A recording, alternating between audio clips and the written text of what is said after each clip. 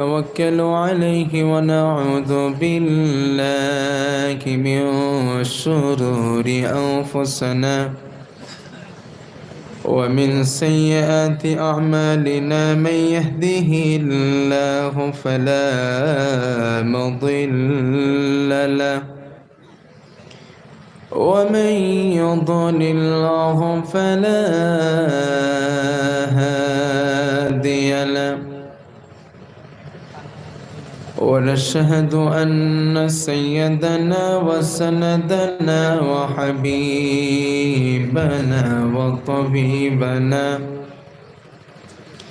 وطبيب أرواحنا محمدا عبد الله ورسوله.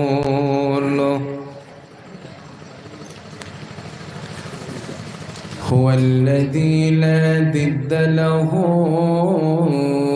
ولا ند له، لا مثل له ولا مثيل له ولا كفيل له. أحدا صمدا لم يلد ولم يولد ولم يكن له كفوا أحد.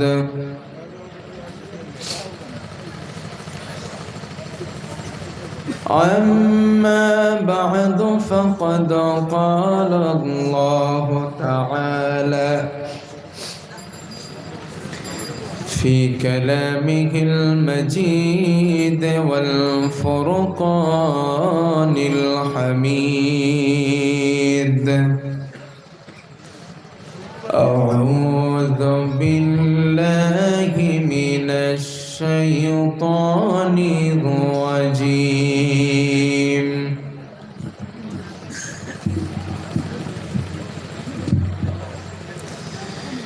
بسم الله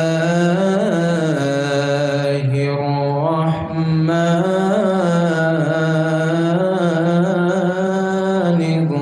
الرحيم.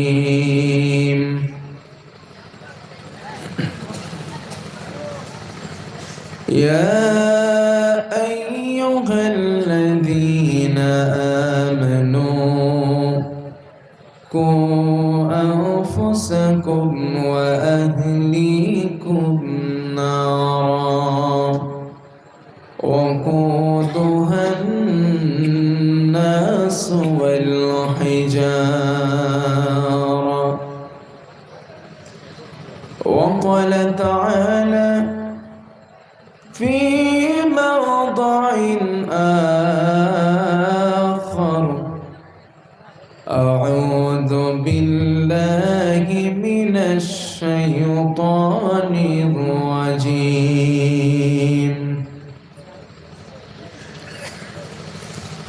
إذا السماء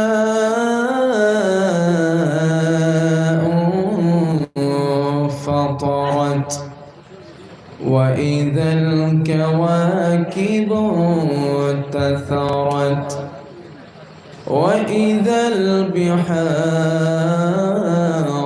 فجرت وإذا القبور بعثرت. وقال النبي صلى الله عليه وسلم: ناركم جزء من 70 جزء من نار جهنم. وقال رسول الله صلى الله عليه وسلم: أعددت لعبادي الصالحون ما لا عين رأت ولا أذن سمعت ولا خطر على قلب بشر.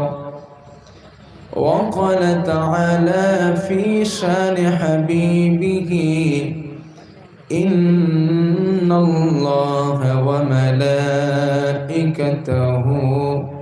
يصلون على النبي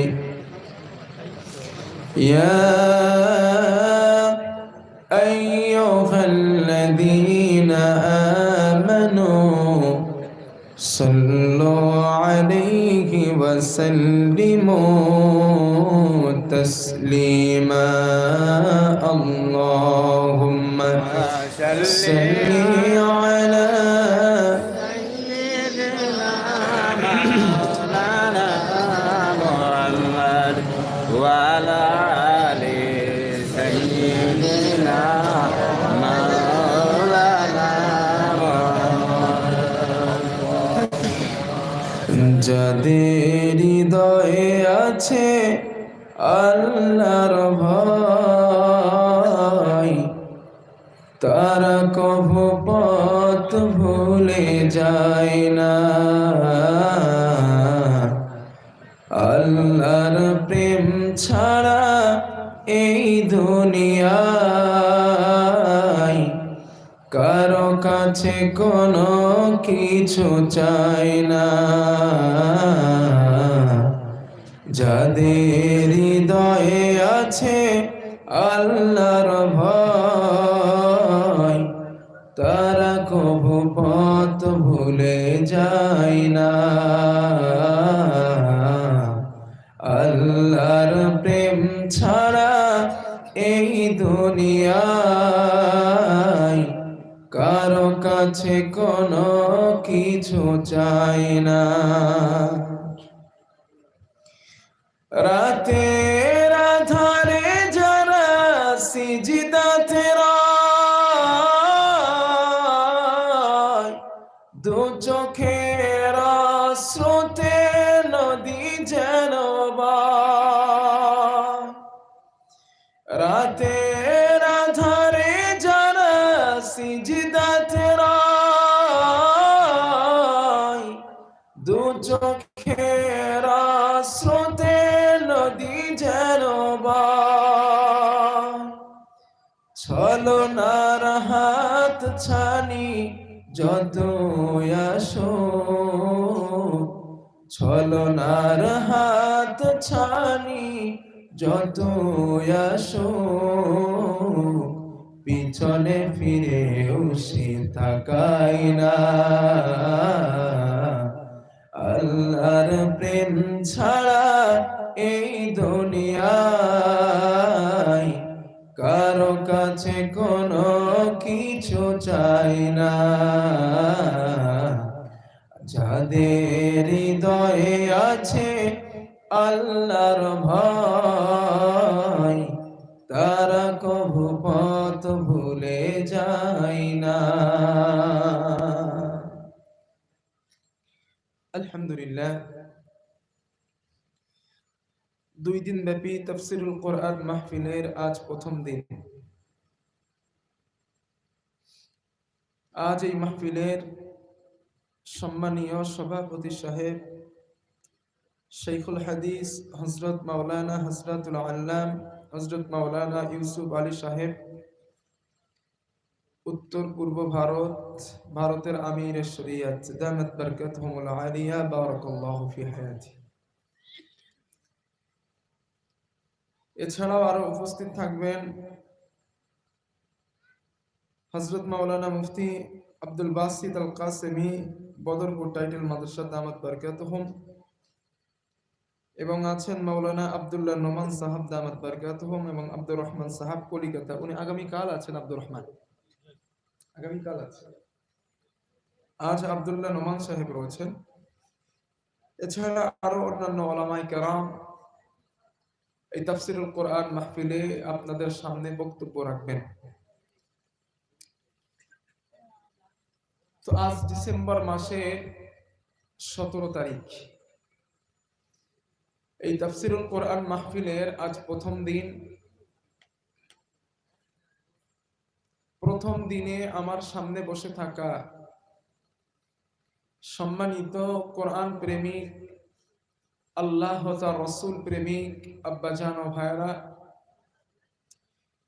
স্টেজে উপবিষ্ট সম্মানীয় অতিথি সকল তার সঙ্গে বাড়িতে বসে আমার কণ্ঠ শ্রবণকারিণী সম্মানিতা মা এবং বোনেরা,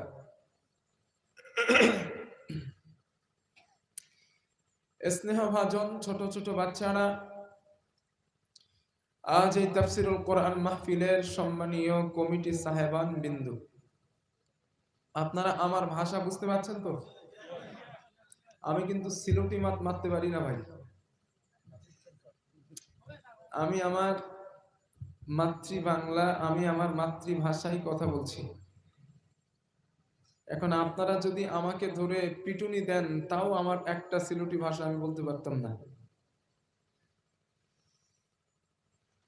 আমি আমার মাতৃভাষায়, আমাকে আজ সাবজেক্ট দেওয়া হয়েছে জাহান্নাম প্রসঙ্গে, জান্নাত প্রসঙ্গে, কিয়ামতের ভয়াবহতা নিয়ে। এই তিনটে সাবজেক্ট 3 দিন দরকার।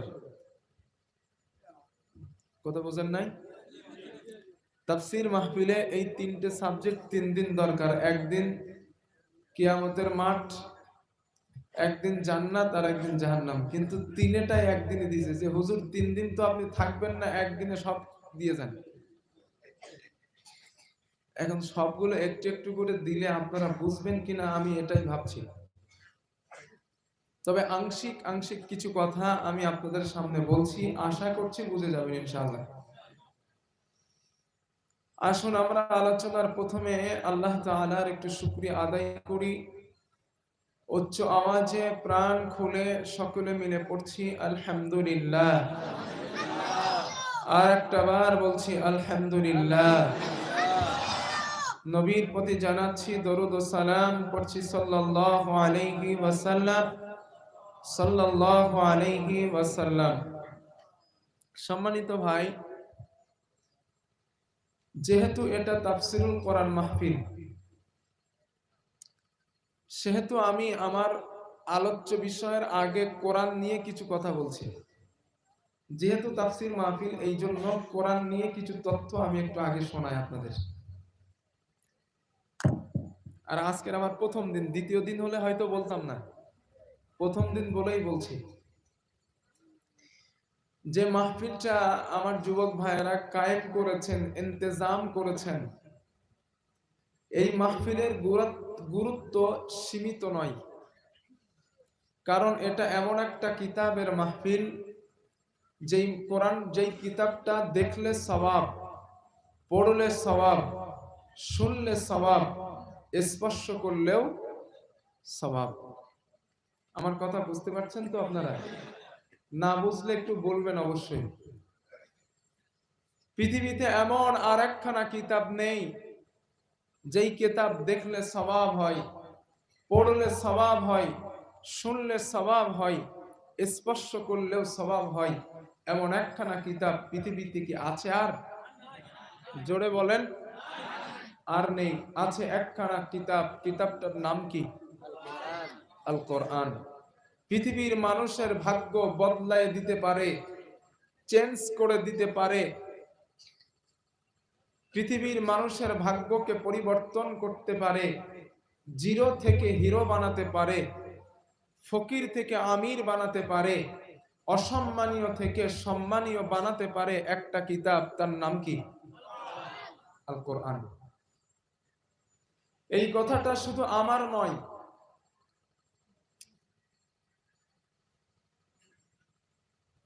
1517 সনে বিলাতের হাউস অফ কমন্সের সম্মুখে বার্টন রাসেলকে এই কথাই প্রশ্ন করা হয়েছিল, জিজ্ঞাসা করা হয়েছিল, ও বার্টন রাসেল, আজ গোটা পৃথিবীর বুকে মানুষের ভিতরে, রাজায় রাজায়, গোত্তরে গোত্তরে, ব্যক্তি ব্যক্তিতে যে মারামারি, যে কাটাকাটি, যে রাহাজানি, যে হিংসা, যে যুদ্ধ, যে বিগ্রহ গোটা পৃথিবী জুড়ে চলছে, এই অশান্তির অমানিসা থেকে পৃথিবীর মানুষকে বাঁচার কি কোনো রাস্তা নেই?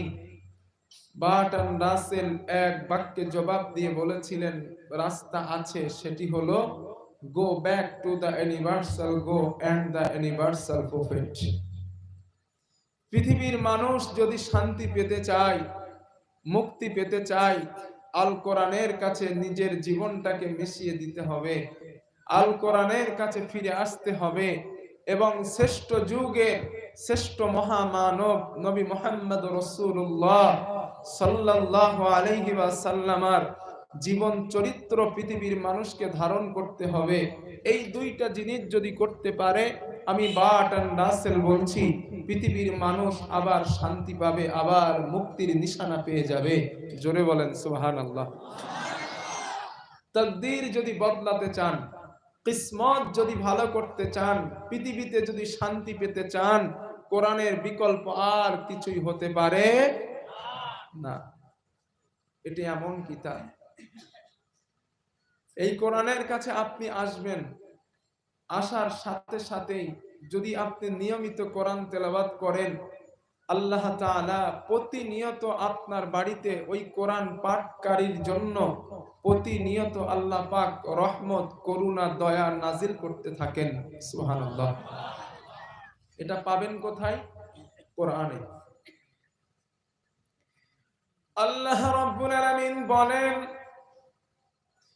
ইন্নাল্লাযীনা ইয়াতলুনা কিতাবাল্লাহি ওয়া আকামুস সালাতা ওয়া আনফাকু মিম্মা রাযাকনাহুম সিররাও ওয়া আলানিয়া يرجون تجارة لن تبور ليوفيهم أجورهم ويزيدهم من فضله জোরে বলেন আল্লাহু আকবার।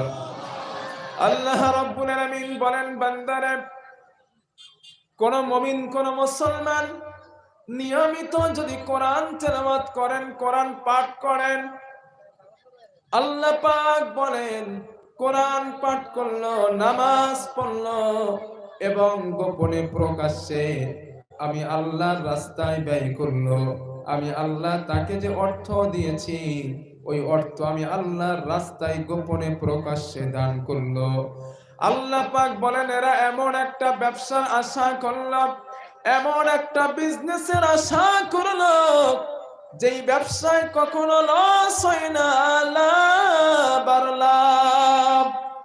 আল্লাহ পাক বলেন, বান্দা সেটা কেমন লাভ শোনো। আল্লাহ বলেন, লিওয়াফিয়াহুম উজুরহুম ওয়া ইয়াজিদুহুম মিন ফাদলি।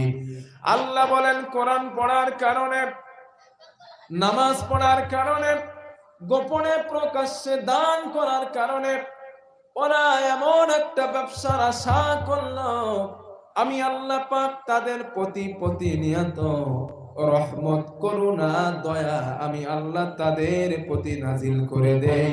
জোরে জোরে বলেন সুবহানাল্লাহ।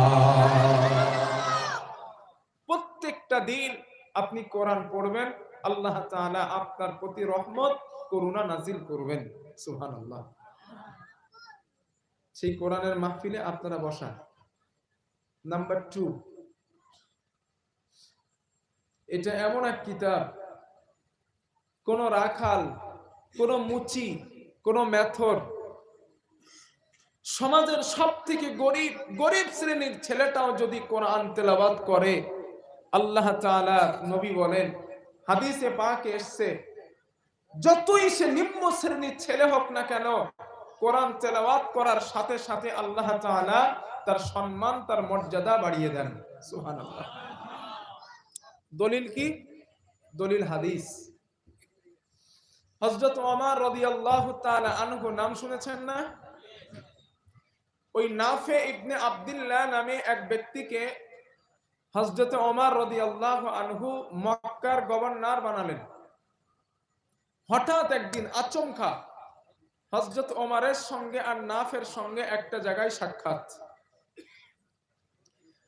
হযরত ওমর জিজ্ঞাসা করলেন, নাফে, মান ইস্তাখলাফতা আলা আহলিল ওয়াদি? ও নাফে, মক্কার আশেপাশের গ্রাম্য অঞ্চলের শাসক তুমি কাকে বানিয়েছো? নাফে জবাব দিলেন, আমিরুল মুমিনিন, ইবনা আবজা। ইবনা আবজাকে মক্কার আশেপাশের গ্রাম্য অঞ্চলের শাসক বানিয়েছি। হযরত ওমর জিজ্ঞাসা করলেন, নাফে মান ইবনু আবজা? ইবনে আবজাকে আমি চিনি না, তার পরিচয় জানি না, তার সম্পর্কে আমাকে তুমি একটু শোনাও, তার পরিচয়টা আমাকে একটু দাও। হযরতে নাফে জবাব দিলেন, আমিরুল মুমিনিন, হুয়া রাজুলুম মিন মাওয়ালিনা, সে হলো আমাদের একজন মুক্তকৃত গোলাম। সে ছিল আমাদের একজন গোলাম, আমরা তাকে আজাদ করে দিয়েছি। আজাদ করে দেওয়ার পরে আমরাই তাকে খলিফা বানালাম, আমরাই তাকে প্রতিনিধি বানালাম। এই কথা শোনার পরে হযরত ওমরের মাথা গরম। হযরত ওমর রেগে গেলেন, যাওয়ার পরে বললেন, নাফে, প্রতিনিধি বানানোর জন্য একজন সুদক্ষ ব্যক্তিকে তোমরা কি পেলে না? একজন শিক্ষিত ভালো মানুষকে কি পেলে না? একজন গোলামকে কেন তোমরা শাসক বানালা? নাফে জবাব দিলেন, আমিরুল মুমিনিন, ওই গোলামটা সাধারণ কোনো গোলাম নয়, ওই গোলামটা সাধারণ কোনো ব্যক্তি নয়। ওই গোলামটার ভিতরে এমন তিনটা ভালো ভালো কোয়ালিটি আছে, এমন তিনটা গুণ আছে, যেই গুণ থাকার কারণে আমরা তাকে শাসক বানাতে বাধ্য হলাম। হযরত ওমর বললেন, নাফে, আমাকে জবাব দাও, জবাব দাও, জবাব দাও, ওই গোলামটার ভিতরে এমন কি ভালো ভালো তিনটা গুণ আছে? নাফে জবাব দিলেন, আমিরুল মুমিনিন ও ওমর, এক নাম্বার গুণ হলো ইন্নাহু লাকারিউল লিকিতাবিল্লাহ, ওই গোলামটা আল্লাহ পাকের বিশেষ কোরআনের অভিজ্ঞ ব্যক্তি। দুই নাম্বার, আলিমুম বিল ফারাইজ, ওই লোকটা ফারাইজ বিদ্যায় বড় দক্ষ। তিন নাম্বার, কাজিম, লোকটা বিচার জানে খুব ভালো। এক নাম্বার কোরআনের বিদ্যায় দক্ষ, দুই নাম্বার বিচার জানে খুব ভালো, তিন নাম্বার ওই লোকটা, তিন নাম্বার ওই ব্যক্তিটা ফারাইজ বিদ্যায় বড় দক্ষ। এই কথা শোনার পর হযরত ওমর বললেন, ও নাফে, ইন্না নবিয়াকুম সাল্লাল্লাহু আলাইহি ওয়াসাল্লাম قال ان الله يرفع بهذا الكتاب اقواما ويدعو به اخرين। ও নাফে, আমরা আল্লাহ রাসূলকে বলতে শুনেছি, আল্লাহর নবী বলতেন, এই কোরআনের মাধ্যমে আল্লাহ পাক কারো সম্মান বাড়িয়ে দেন, আবার এই কোরআনের মাধ্যমে আল্লাহ পাক কারোর সম্মান কমিয়ে দেন। কোন ব্যক্তি যদি কোরআনের কাছে আসে, নিজের জীবনে ধারণ করতে পারে, আল্লাহ তাআলা তারে জিরো থেকে হিরো বানিয়ে দিবেন। আর কোন ব্যক্তি যদি কোরআনের কাছে এসে বিয়াদবি করে, কোরআনের সঙ্গে গোস্তাখি করে, আল্লাহ তাআলা তাকে হিরো থেকে জিরো বানাইবেন। ঠিক কিনা? আমার ভাষা বুঝতে পারছেন? ভাই সাউন্ড ঠিক করুন, এই সাউন্ড 1 ঘন্টা কথা বলতে পারবো না আমি। সাউন্ড মোটেই, এই তাফসীর মাহফিল এরকম সাউন্ডের কাজ নাকি? কলিজা বার হয়ে যাচ্ছে। এই কোরআনের কাছে যারা আসবে, তারাই আল্লাহ তাআলা তাকে জিরো থেকে হিরো বানাইবেন। আর যারা এই কোরআনের কাছ থেকে বিরোধিতা করে ফিরে যাবে, তাদেরকে আল্লাহ হিরো থেকে জিরো বানাইবেন। ঠিক কিনা? তার বাস্তব দৃষ্টান্ত নেন আমেরিকার বুশ। আমেরিকার বুশ পার্লামেন্টের বিরুদ্ধে, কোরআনের বিরুদ্ধে কথা বলার কারণে, পার্লামেন্টের ভিতরে কোরআনের বিরুদ্ধে কথা বলার কারণে একজন মিডিয়া তার পায়ের জুতো খুলে বুশকে মারছিল। যুবক ভাই, আপনারা গুগলে দেখে নিতে পারেন, আপনারা গুগলে দেখে নিতে পারেন, আজও সেই রেকর্ডটা আছে। এক মিডিয়া বুশকে জুতো খুলে মেরেছিল, মারার কারণে ওই মিডিয়া অ্যারেস্ট হয়, জেলরুদ্ধ হয়। কয়েক মাস পরে যখন সে জেল থেকে ছাড়া পায়, যেই জুতো দিয়ে বুশকে মেরেছিল, ওই জুতো কয়েক হাজার ডলারে আবার বিক্রয় হয়েছে। সুবহানাল্লাহ বলবেন না? মনে হয় আপনারা বোঝেন না এই কথাটা। বুঝছেন? তো সুবহানাল্লাহ তো কইতে পারলেন না, বাড়ি গিয়ে কইবেন সুবহানাল্লাহ, এখন কোয়ার দরকার নাই। তাহলে কোরআনের কাছে আসলে শান মান মর্যাদা বাড়িয়ে দেন কে? আরো জোর বলেন। হাত দেন না, থাক। 2 নাম্বার 3, এই কোরআন যদি কেউ শিখতে যায় তার মান মর্যাদা কতটা বেশি আল্লাহর নবী বলেন। নাম্বার 3, এই কথাগুলো কেন বলছি জানেন? এই তাফসীর মাহফিল তাই না হলে বলতাম না। অসুবিধা হয়েছে মনে হয় না? অসুবিধা নাই তো? আর যেহেতু আজ তাফসীর মাহফিলের সূচনা আর আমাকে দিয়ে আপনারা করাইতেছেন বাইরের বক্তার ভিতরে, এই জন্য কথাগুলো বলছি যাতে আপনাদের এই তাফসীর মাহফিলের প্রতি, কোরআনের প্রতি আকর্ষণটা বৃদ্ধি হয়। কথা বুঝতে পেরেছেন? নাম্বার 3, আল্লাহর নবী বলেন, আল্লাহ রাসূল বলেন, ফাওয়াল্লাযী নাফসু মুহাম্মাদিন বিয়াদিহি, আল্লাহর নবী বলেন পৃথিবীর জমিনে আমি আল্লাহর নবী আল্লাহর নামে শপথ করে বলছি, আল্লাহর নামের কসম করে বলছি, কসম করে বলছি, কসম করে বলছি, মা মিন মুতাআল্লিমিন ইখতালিফু বিআলিমিন, এমন কোন ব্যক্তি পৃথিবীতে নাই, এমন কোন আল্লাহর বান্দা নাই যেই ব্যক্তিটা কোরআন শেখার জন্য মাদ্রাসায় চলে যায়, মসজিদের হুজুরের কাছে চলে যায়, হুজুর আমি কোরআন জানি না, আল্লাহর রাস্তায় আমাকে কোরআনটা শিখিয়ে দিন, মুখের দাড়িটা পেকে গিয়েছে, জানি না কবে মরি কবে বাঁচি, আল্লাহর রাস্তায় কোরআনটা আপনি আমাকে শিখিয়ে দেন। আল্লাহর নবী বলেন যেই ব্যক্তিটা কোরআন শিখতে গেল, ইল্লা কাতাবাল্লাহু লাহু বিকুল্লি কদামিন ইবাদাতা সানাতিন, আল্লাহর নবী বলেন একটা মানুষ একটা দিন নয়, 2টা দিন নয়, 3টা দিন নয়, একটা না 365টা দিন নফল ইবাদত করলাম, সারা রাত নফল নামাজ পড়লো, সারা দিন নফল রোজা রাখলো, একটানা 365টা দিন ইবাদত করলে যতটা সওয়াব হয়, যেই ব্যক্তি কোরআন শিখতে যায় ওর প্রতিটা কদমের বিনিময় আল্লাহ এক বছরের ইবাদতের সওয়াব লিখে দেয়। আল্লাহর নবী বলেন 2 নাম্বার, ওয়াকাদামিন মাদিনাতান ফিল জান্নাত, যেই ব্যক্তি কোরআন শেখার জন্য চলে যায় ওর প্রতিটা কদমের বিনিময় আল্লাহর নবী বলেন জান্নাতে বিরাট বড় বড় একটা সিটি নির্মাণ হয়ে যায়। 3 নাম্বার নবী বলেন ওয়াতাস্তাগফিরু লাহু মান ফিল আরদ, জমিনে যারা বিচরণ করছে, গাছের পাখিগুলো, আপনাদের বাড়িতে গৃহপালিত পশু যেগুলো আছে ওই পশুগুলো পর্যন্ত, আপনাদের ফিশারিতে যে মাছগুলো আছে ওই মাছগুলো পর্যন্ত ওই কোরআন শেখা ব্যক্তির জন্য আল্লাহর কাছে মাগফিরাত কামনা করেন। ও আমার আল্লাহ, এই বান্দার যদি কোনো অপরাধ হয়ে যায়, বান্দার যদি কোনো ভুল হয়ে যায়, আল্লাহ তুমি তাকে মাফ করে দাও, আল্লাহ তুমি তাকে ক্ষমা করে দাও। আল্লাহর নবী বলেন ওয়ায়ুমসি ওয়াইসবিহু মাগফুরাল্লাহ, সকাল আর সন্ধ্যা এই তালিবুল ইলমের কোরআন শেখা ব্যক্তির আমলনামা পরিষ্কার করে দেওয়া হয়, এর গুনাহগুলো আল্লাহ পাক মাফ করে দেন। জোরে জোরে বলেন সুবহানাল্লাহ।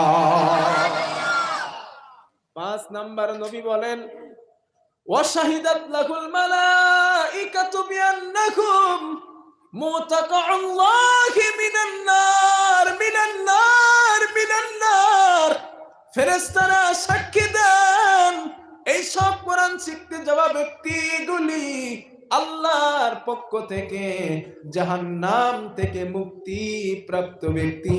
জোরে জোরে বলেন সুবহানাল্লাহ, নারে তাকবীর। নাম্বার 1, এক কদমের বিনিময় 1 বছর নফল ইবাদতের সওয়াব। নাম্বার 2, জান্নাতে একটা কদমের বিনিময় সিটি নির্মাণ।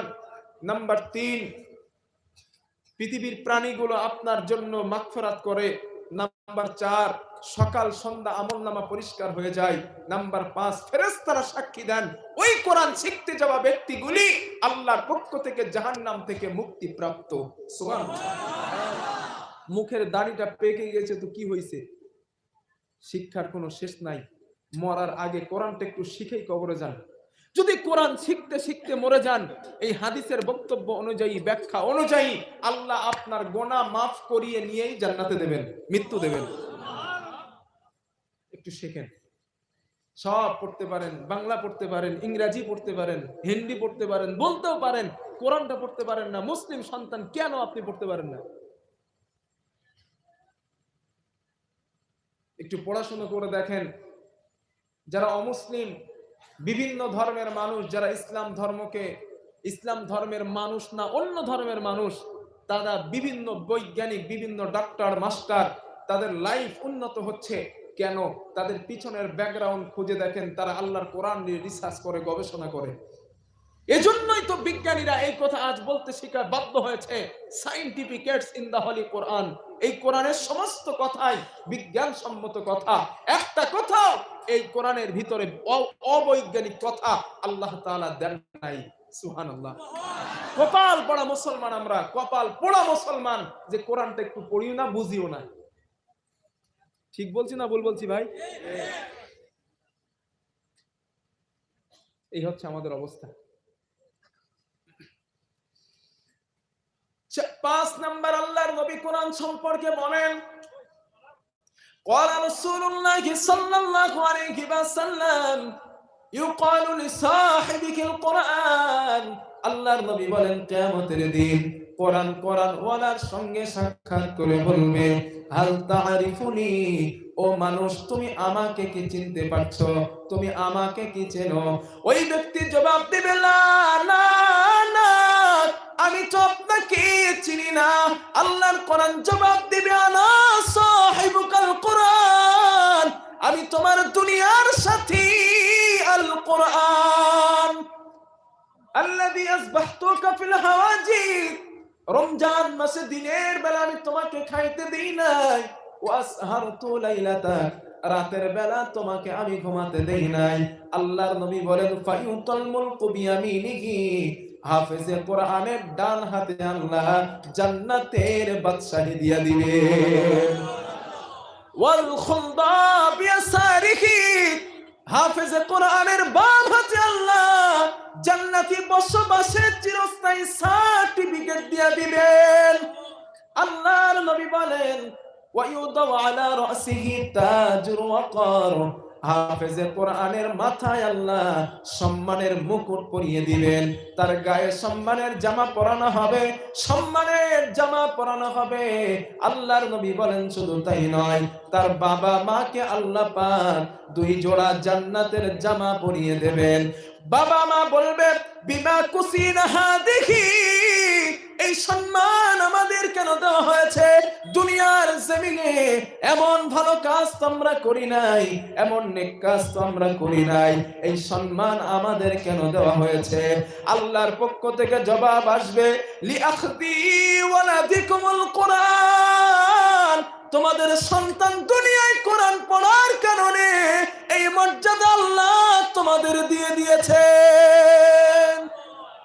ও মুসলমান ইমানদার, নিজে কোরআনটা পড়েন, সন্তানকে শেখান। কিয়ামতের দিন এই মর্যাদা শান আল্লাহ আপনার সন্তানকে দান করবেন। কথা বুঝেছেন? সারা জীবন তাফসীর মাহফিলে বক্তব্য শুনলেন, কোরআন পড়তে পারেন না, শোনার কোনো দাম নাই। কথা বুঝেছেন? তাফসীর মাহফিল দেওয়ার উদ্দেশ্য হলো যেন আমি আর আপনি কোরআনটা বুঝি, কোরআনটা জানি, কোরআনটা পড়তে পারি। ঠিক কিনা? এরপরেও যদি বল, না হুজুর আমি পড়বো না, আপনার কি করার আছে করেন, আমার কিছু করার নাই। কথা বোঝেন নাই? হুজুর আমি পড়তামই না, আপনার কি করার আছে করেন, আমার কিছু করার নাই। আপনি পড়বেন না, আপনার কপাল পড়াইলেন। আপনি পড়বেন না, আপনার তকদির পড়াইলেন। আপনি পড়েছেন তো আপনার রাস্তা আপনি ভালো করেছেন। ওয়ালা তাজিরু ওয়াজিরাতুন বিজরা উখরা, আপনার বোঝা আমি বহন করব না, আমার বোঝা আপনি বহন করবেন না, যার বোঝা তাকেই বহন করতে হবে কিয়ামতের দিন। কথা বুঝতে পারছেন? এই জন্য আবার বলি ভাই, তাফসীর মাহফিলে এত মানুষ উপস্থিত আছেন, মেহেরবানি করে বলছি কোরআনটা একটু শেখেন। যারা জানেন না একটু কোরআনটা শেখেন। এখন বাংলা তাফসীর বার হয়েছে, তাফসীর ইবনে কাসিরের মতো তাফসীর বাংলায় ট্রান্সলেশন হয়ে গেছে। বাড়িতে যখন সময় পান উপন্যাসটা না পড়ে, গল্পের বই না পড়ে একটু কোরআনের তাফসীরটা পড়েন। কোরআনের তাফসীরটা পড়েন, কিভাবে পৃথিবীতে চলতে হবে, কিভাবে থাকলে আমি শান্তি পাবো, কোথায় গেলে মুক্তি পাবো, শান্তি পাবো, জীবন জিজ্ঞাসার জবাব পাবো। কোরআন পড়েন, তাফসীর পড়েন, আল্লাহ পাক আপনার রাস্তা খুলে দিবেন। কথা বুঝতে পারতেছেন? 6 নাম্বার 7 নাম্বার একটা হাদিস শুনেন। কষ্ট হচ্ছে না তো আপনাদের? এইগুলো বলার পরে আমি আমার সাবজেক্ট আলোচনা করতেছি। আল্লাহর নবী বলেন, যারা কোরআন পড়ে, নিয়মিত যেই মুসলমান, যেই ইমানদার, যেই মুত্তাকি, নিয়মিত যারা কোরআন তেলাওয়াত করে, আল্লাহর নবী বলেন তার দৃষ্টান্ত হলো মিষ্টি কমলা লেবুর মতো। মিষ্টি কমলা, কমলা লেবু চেনেন আপনারা? কমলা লেবু, আল্লাহর নবী বলেন মিষ্টি কমলার মতো মিষ্টি কমলা। মাসালুল মুমিনিল্লাযী ইয়াকরাউল কুরআন, যে ইমানদার, যে মুসলমান নিয়মিত কোরআন তেলাওয়াত করে, আল্লাহর নবী বলেন তার দৃষ্টান্ত হলো কামাসালিল উতুরুজ্জা, মিষ্টি কমলার মতো মিষ্টি কমলা। রিহুহা তাইয়িবুন, যে কমলার ঘ্রাণ স্বাদ অনেক সুন্দর। ওয়া তা'মুহা তাইয়িবুন, যার ঘ্রাণ অনেক সুন্দর, যার স্বাদ অনেক মিষ্টি। আল্লাহর নবী বলেন যে ইমানদার, যে মুসলমান নিয়মিত কোরআন তেলাওয়াত করলো, আল্লাহর কাছে তার দৃষ্টান্ত হলো মিষ্টি কমলা লেবুর মতো, যার ঘ্রাণও হয়ে যায়, যার স্বাদও হয়ে যায়। জোরে জোরে বলেন সুবহানাল্লাহ। এরপরে আল্লাহর নবী বলেন ওয়া মাসালুল মুমিনিল্লাযী লা ইয়াকরাউল কুরআন, যে ইমানদার, যে মুসলমান কোরআন পড়ে না, তার দৃষ্টান্ত হলো কামাসালিল তামরা, খেজুরের মতো। আল্লাহর নবী বলেন খেজুরের কোনো ঘ্রাণ নাই, কিন্তু খেজুরের স্বাদ আছে। ঠিক কিনা? খেজুরের স্বাদ আছে। আল্লাহর নবী বলেন কোরআন না পড়ার কারণে ওই ইমানদারের কোনো ঘ্রাণ নাই, কিন্তু ঈমান থাকার কারণে স্বাদ আছে। আল্লাহ এই তাফসীরুল কোরআন মাহফিল থেকে আমাদেরকে যেন মিষ্টি কমলার মতো কমলা হবার তৌফিক দেন। জোরে জোরে বলেন আমিন। 8 নম্বর আর সর্বশেষ আরেকটা ফজিলত শোনাই। আপনাদের আসামের মুখ্যমন্ত্রী যিনি, ওনার নাম হচ্ছে ডক্টর হিমন্ত বিশ্ব শর্মা, না? এখন ধরেই নেন, আমি এক্সাম্পল দিয়ে বলছি, ডক্টর হিমন্ত বিশ্ব শর্মার পরিবারের কোনো ব্যক্তি বা তার কোনো আস্থা ভাজন যদি আপনাদের এখানে আসে, আপনারা তারা দেখতে যাবেন না? নিশ্চয়ই যাইবেন। আবার তার সঙ্গে পুলিশও থাকবে, র্যাব থাকবে, পুলিশ তাকে স্যালুট দিবে। ঠিক কিনা? কেন দিবে? কারণ সে মুখ্যমন্ত্রীর আস্থা ভাজন। পৃথিবীতে মুখ্যমন্ত্রীর আস্থা ভাজন হওয়ার কারণে প্রশাসনিক ভাইয়েরা তাদেরকে স্যালুট দেয়, সম্মান দেয়, তাদেরকে সেফ দেয়। ঠিক কিনা? এবার হাদিসটা শোনেন। আল্লাহর নবী বলেন পৃথিবীতে কিছু মানুষ আছে যারা আল্লাহর পরিবার, আল্লাহর আস্থা ভাজন। সুবহানাল্লাহ। আল্লাহর নবী বলেন ইন্না লিল্লাহি আহলিনা মিনান নাস। আল্লাহর নবী বলেন পৃথিবীর মানুষের ভিতরে এমন কিছু মানুষ আছে যারা আল্লাহর পরিবার, আল্লাহর পরিবার, আল্লাহর পরিবার। সাহাবারা জিজ্ঞাসা করলেন মান হুম ইয়া রাসূলুল্লাহ, আল্লাহর পরিবার কারা ইয়া রাসূলুল্লাহ, আপনি আমাদের বলেন। আল্লাহর নবী বললেন আহলুল কোরআন হুম আহলুল্লাহ ওয়া খাসাতুহু, আল্লাহর পরিবার হলো তারা, দুনিয়ায় কোরআন ওয়ালা হলো যারা। জোরে জোরে বলেন সুবহানাল্লাহ। দুনিয়ার জমিনে হিমন্ত বিশ্ব শর্মার আস্থা ভাজন হওয়ার কারণে প্রশাসন তাকে স্যালুট দেয়। আর আপনি যদি আল্লাহর আস্থা ভাজন হয়ে যান কোরআন পড়ার কারণে, কিয়ামতের দিন ফেরেশতারা আপনারে স্যালুট দিবে। তাহলে তো সুবহানাল্লাহ বলতে পারেন না? এইবার বলেন আগামী বছর থেকে তাফসীর মাহফিল কায়েম করবেন, কোরআন শিখবেন না শিখবেন না? যেই কয়টা হাদিস বললাম এই হাদিসগুলো মাথার ভিতরে গেছে ভাই? যদি যায় আমার আলোচনা করা সার্থক। আর যদি বলেন না হুজুর কিছু যায় না, এই কান্দে শুনতেছি, বার করতেছি, দেন সমস্যা নাই, আমার সময় যত সময় বইলে যাবো কেন। আল্লাহ তাআলা কোরআনের সঙ্গে আমাদের থাকার তৌফিক দেন, বলেন আমিন। আরো জোরে বলেন আমিন। কোরআন যেন আমাদের জীবনে জীবন মরণ হিসাবে আল্লাহ তাআলা কবুল করেন, জোরে বলেন আমিন। আরো জোরে বলেন আমিন। অধিকার চাও যদি জীবনে মরণে, ফিরে চাও খুঁজে নাও চোখ রাখো কোরআনে। সমাধান চাও যদি জীবনে মরণে, ফিরে চাও খুঁজে নাও চোখ রাখো কোরআনে। সমাধান চাও যদি জীবনে মরণে, ফিরে চাও খুঁজে নাও চোখ রাখো কোরআনে। এতেই পাবে সুখ শান্তির ঠিকানা, এতেই পাবে সুখ শান্তির ঠিকানা, যদি মেনে নাও তুমি মনে প্রাণে। সমাধান সমাধান চাও যদি জীবনে মরণে, ফিরে চাও খুঁজে নাও চোখ রাখো কোরআনে। সমাধান ঠিক কিনা, জোরে বলেন।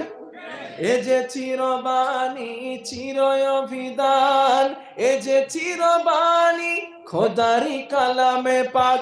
এই দুনিয়ায় আর ওই দুনিয়া, এই দুনিয়ায় আর ওই দুনিয়া, শান্তি পাবে তুমি দোজাহানে। সমাধান সমাধান চাও যদি জীবনে মরণে, ফিরে চাও খুঁজে নাও চোখ রাখো কোরআনে।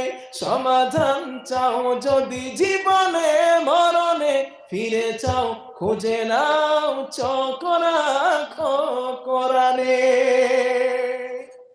আল্লাহ তাআলা কোরআনকে আমাদের জীবনের সাথী বানানোর তৌফিক দেন, বলেন আমিন।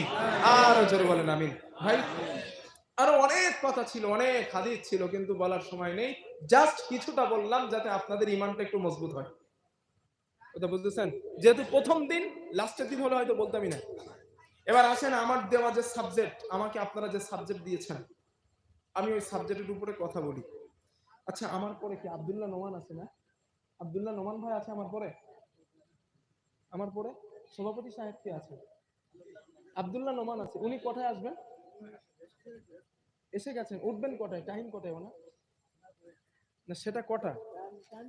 এখানে তো টাইমও দেওয়া নেই। তাফসীর মাহফিলের হ্যান্ডবিল, একটা কথা বলি আপনাদের, তাফসীর মাহফিলের হ্যান্ডবিল যেটা করবেন, ওখানে আলোচকের সাবজেক্টটা লিখে দিবেন।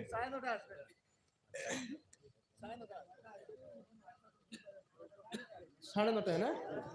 আচ্ছা 9:30 ওনার টাইম। থাক থাক। একটা কথা আপনাদের সকলকে বলি, কমিটি ভাই, যেহেতু তাফসীর মাহফিল আপনারা শুনলাম এবার প্রথম করছেন, কথা শুনেন, আপনারা এবছর প্রথম করছেন।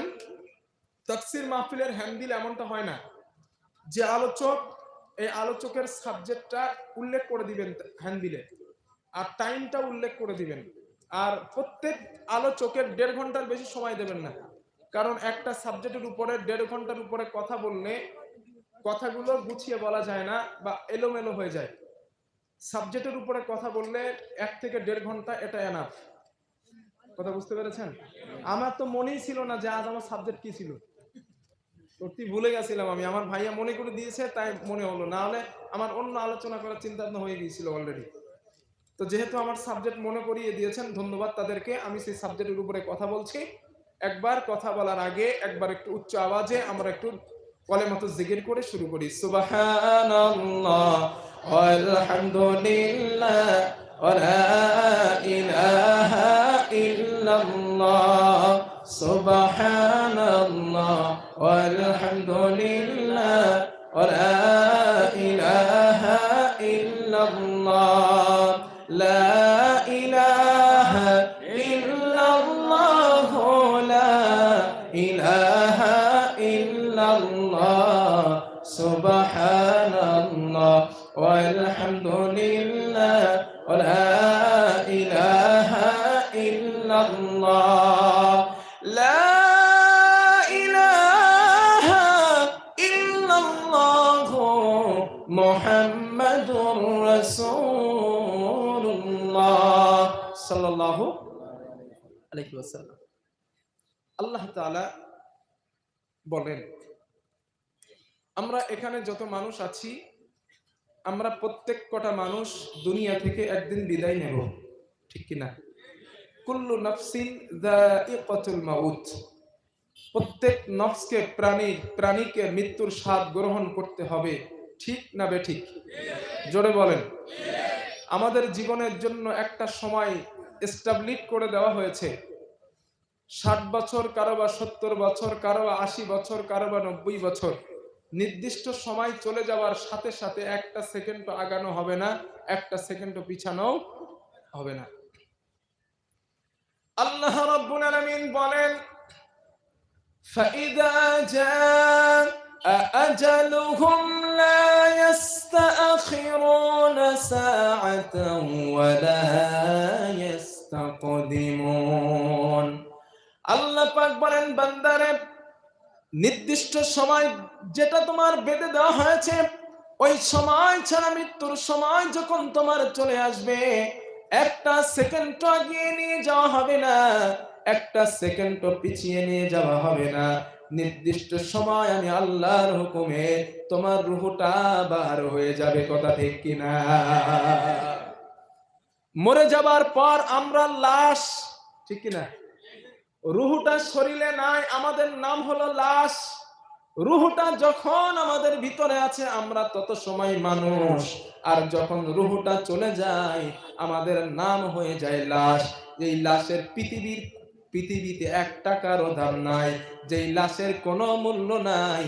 10 তলা বিল্ডিং এর মালিক আজ রাত্রে ছিলাম, আমার শরীর থেকে যদি রূহটা বার হয়ে যায়, ওই 10 তলা বিল্ডিং এর মানুষগুলি, আমার ছেলেগুলি, আমার নিজের প্রাণের স্ত্রীটাও বলবে না না, রাতের বেলা স্বামীর কাছে যেতে বড় ভয় লাগে। ছেলেটা বলবে বাবার কাছে যেতে ভয় লাগে, বাবার কাছে রাতের বেলা ছেলেটাও যেতে চাইবে না। 10 তলা বিল্ডিং এর মালিক আপনি, রাতে ছিলেন, রূহটা উড়াল দিল, প্রাণ পাখিটা চলে গেল, আপনি লাশে রূপান্তরিত হবার পর দুনিয়ায় আপনার কোনো দাম নাই, আপনার কোনো ইজ্জত নাই, আপনার কোনো মান নাই। কবরের 3.5 হাত মাটির নিচে চিরজীবনের মতো অন্ধকার কবরে রেখে আসবে ওই সন্তান, ওই স্ত্রী, ওই বাবা মা, একটা দিনও কবরের কিনারায় যাবে না, ঠিক কিনা? জোরে বলেন। এটার নাম হলো লাশ। রূহটা যত সময় আছে আমাদের জীবনের বড় দাম, বড় দাম, বড় দাম। রূহটা চলে গিয়েছে, এই জীবনের কোনো দাম নাই। রূহটা হলাম লাশ, কৃত কর্মের প্রতিফল স্বরূপ কবরে ফয়সালা করা হবে। কবর জীবন চলে যাবার পর আল্লাহ হাসরের ময়দানে তুলবেন, ঠিক কিনা? আলোচনা তো অনেক, আমি শর্টে বলি না, তো 3টে শেষ করতে পারুন নাকি? আমি প্রথমেই বলছিলাম না, 3 দিন দরকার। হাসরের ময়দানে আল্লাহ তুলবেন, হাসরের ময়দানে বিচার, হিসাব, এরপরে হয় জান্নাত নাই জাহান্নাম, ঠিক কিনা? এই পৃথিবীর জমিনে আমরা যারা বসবাস করছি, দুনিয়ার জমিনটা আল্লাহ বলে থাকবে না। ও মানুষ, তোমরা যেমন চলে যাবা কবরে, ঠিক পৃথিবীটাও একদিন শেষ হয়ে যাবে। যেই আসমান তোমরা দেখতে পাও, এই আসমান কিয়ামতের আগে থাকবে না, আসমানটাও ধ্বংস হয়ে যাবে। আল্লাহ পাক তত্ত্ব শুনিয়ে দিলেন, ইদাস সামাউ ফাতারাত ওয়া ইদাল কাওয়াকিবু তাসারাত ওয়া ইদাল বিহারু ফুজ্জিরাত ওয়া ইদাল কুবুর বু'থিরাত। জোরে বলেন আল্লাহু আকবার। আল্লাহ রাব্বুল আলামিন বলে, বান্দারে, এই আসমান থাকবে না, দীর্ণ বিদীর্ণ হয়ে পৃথিবীর উপরে পড়ে যাবে। তোমরা কিতাবের পৃষ্ঠা যেমন উল্টাও, একটা আরেকটা পৃষ্ঠা যেমন উল্টাও, কিতাবের পৃষ্ঠার মতন আসমানটা পড়তে থাকবে। কাতাইগি সিজিলিল কুতুব, কিতাবের পৃষ্ঠার মতো একটার পর একটা এই বিরাট আসমান পড়তে থাকবে। ও বান্দা, যেই আসমান তোমাদের মাথার উপরে আমি আল্লাহ বানালাম, আসমান আল্লাহ বলেন একটা বানাই নাই, আসমান বানালাম 7টা। এই 7টা আসমান তোমাদের মাথার উপরে পড়বে।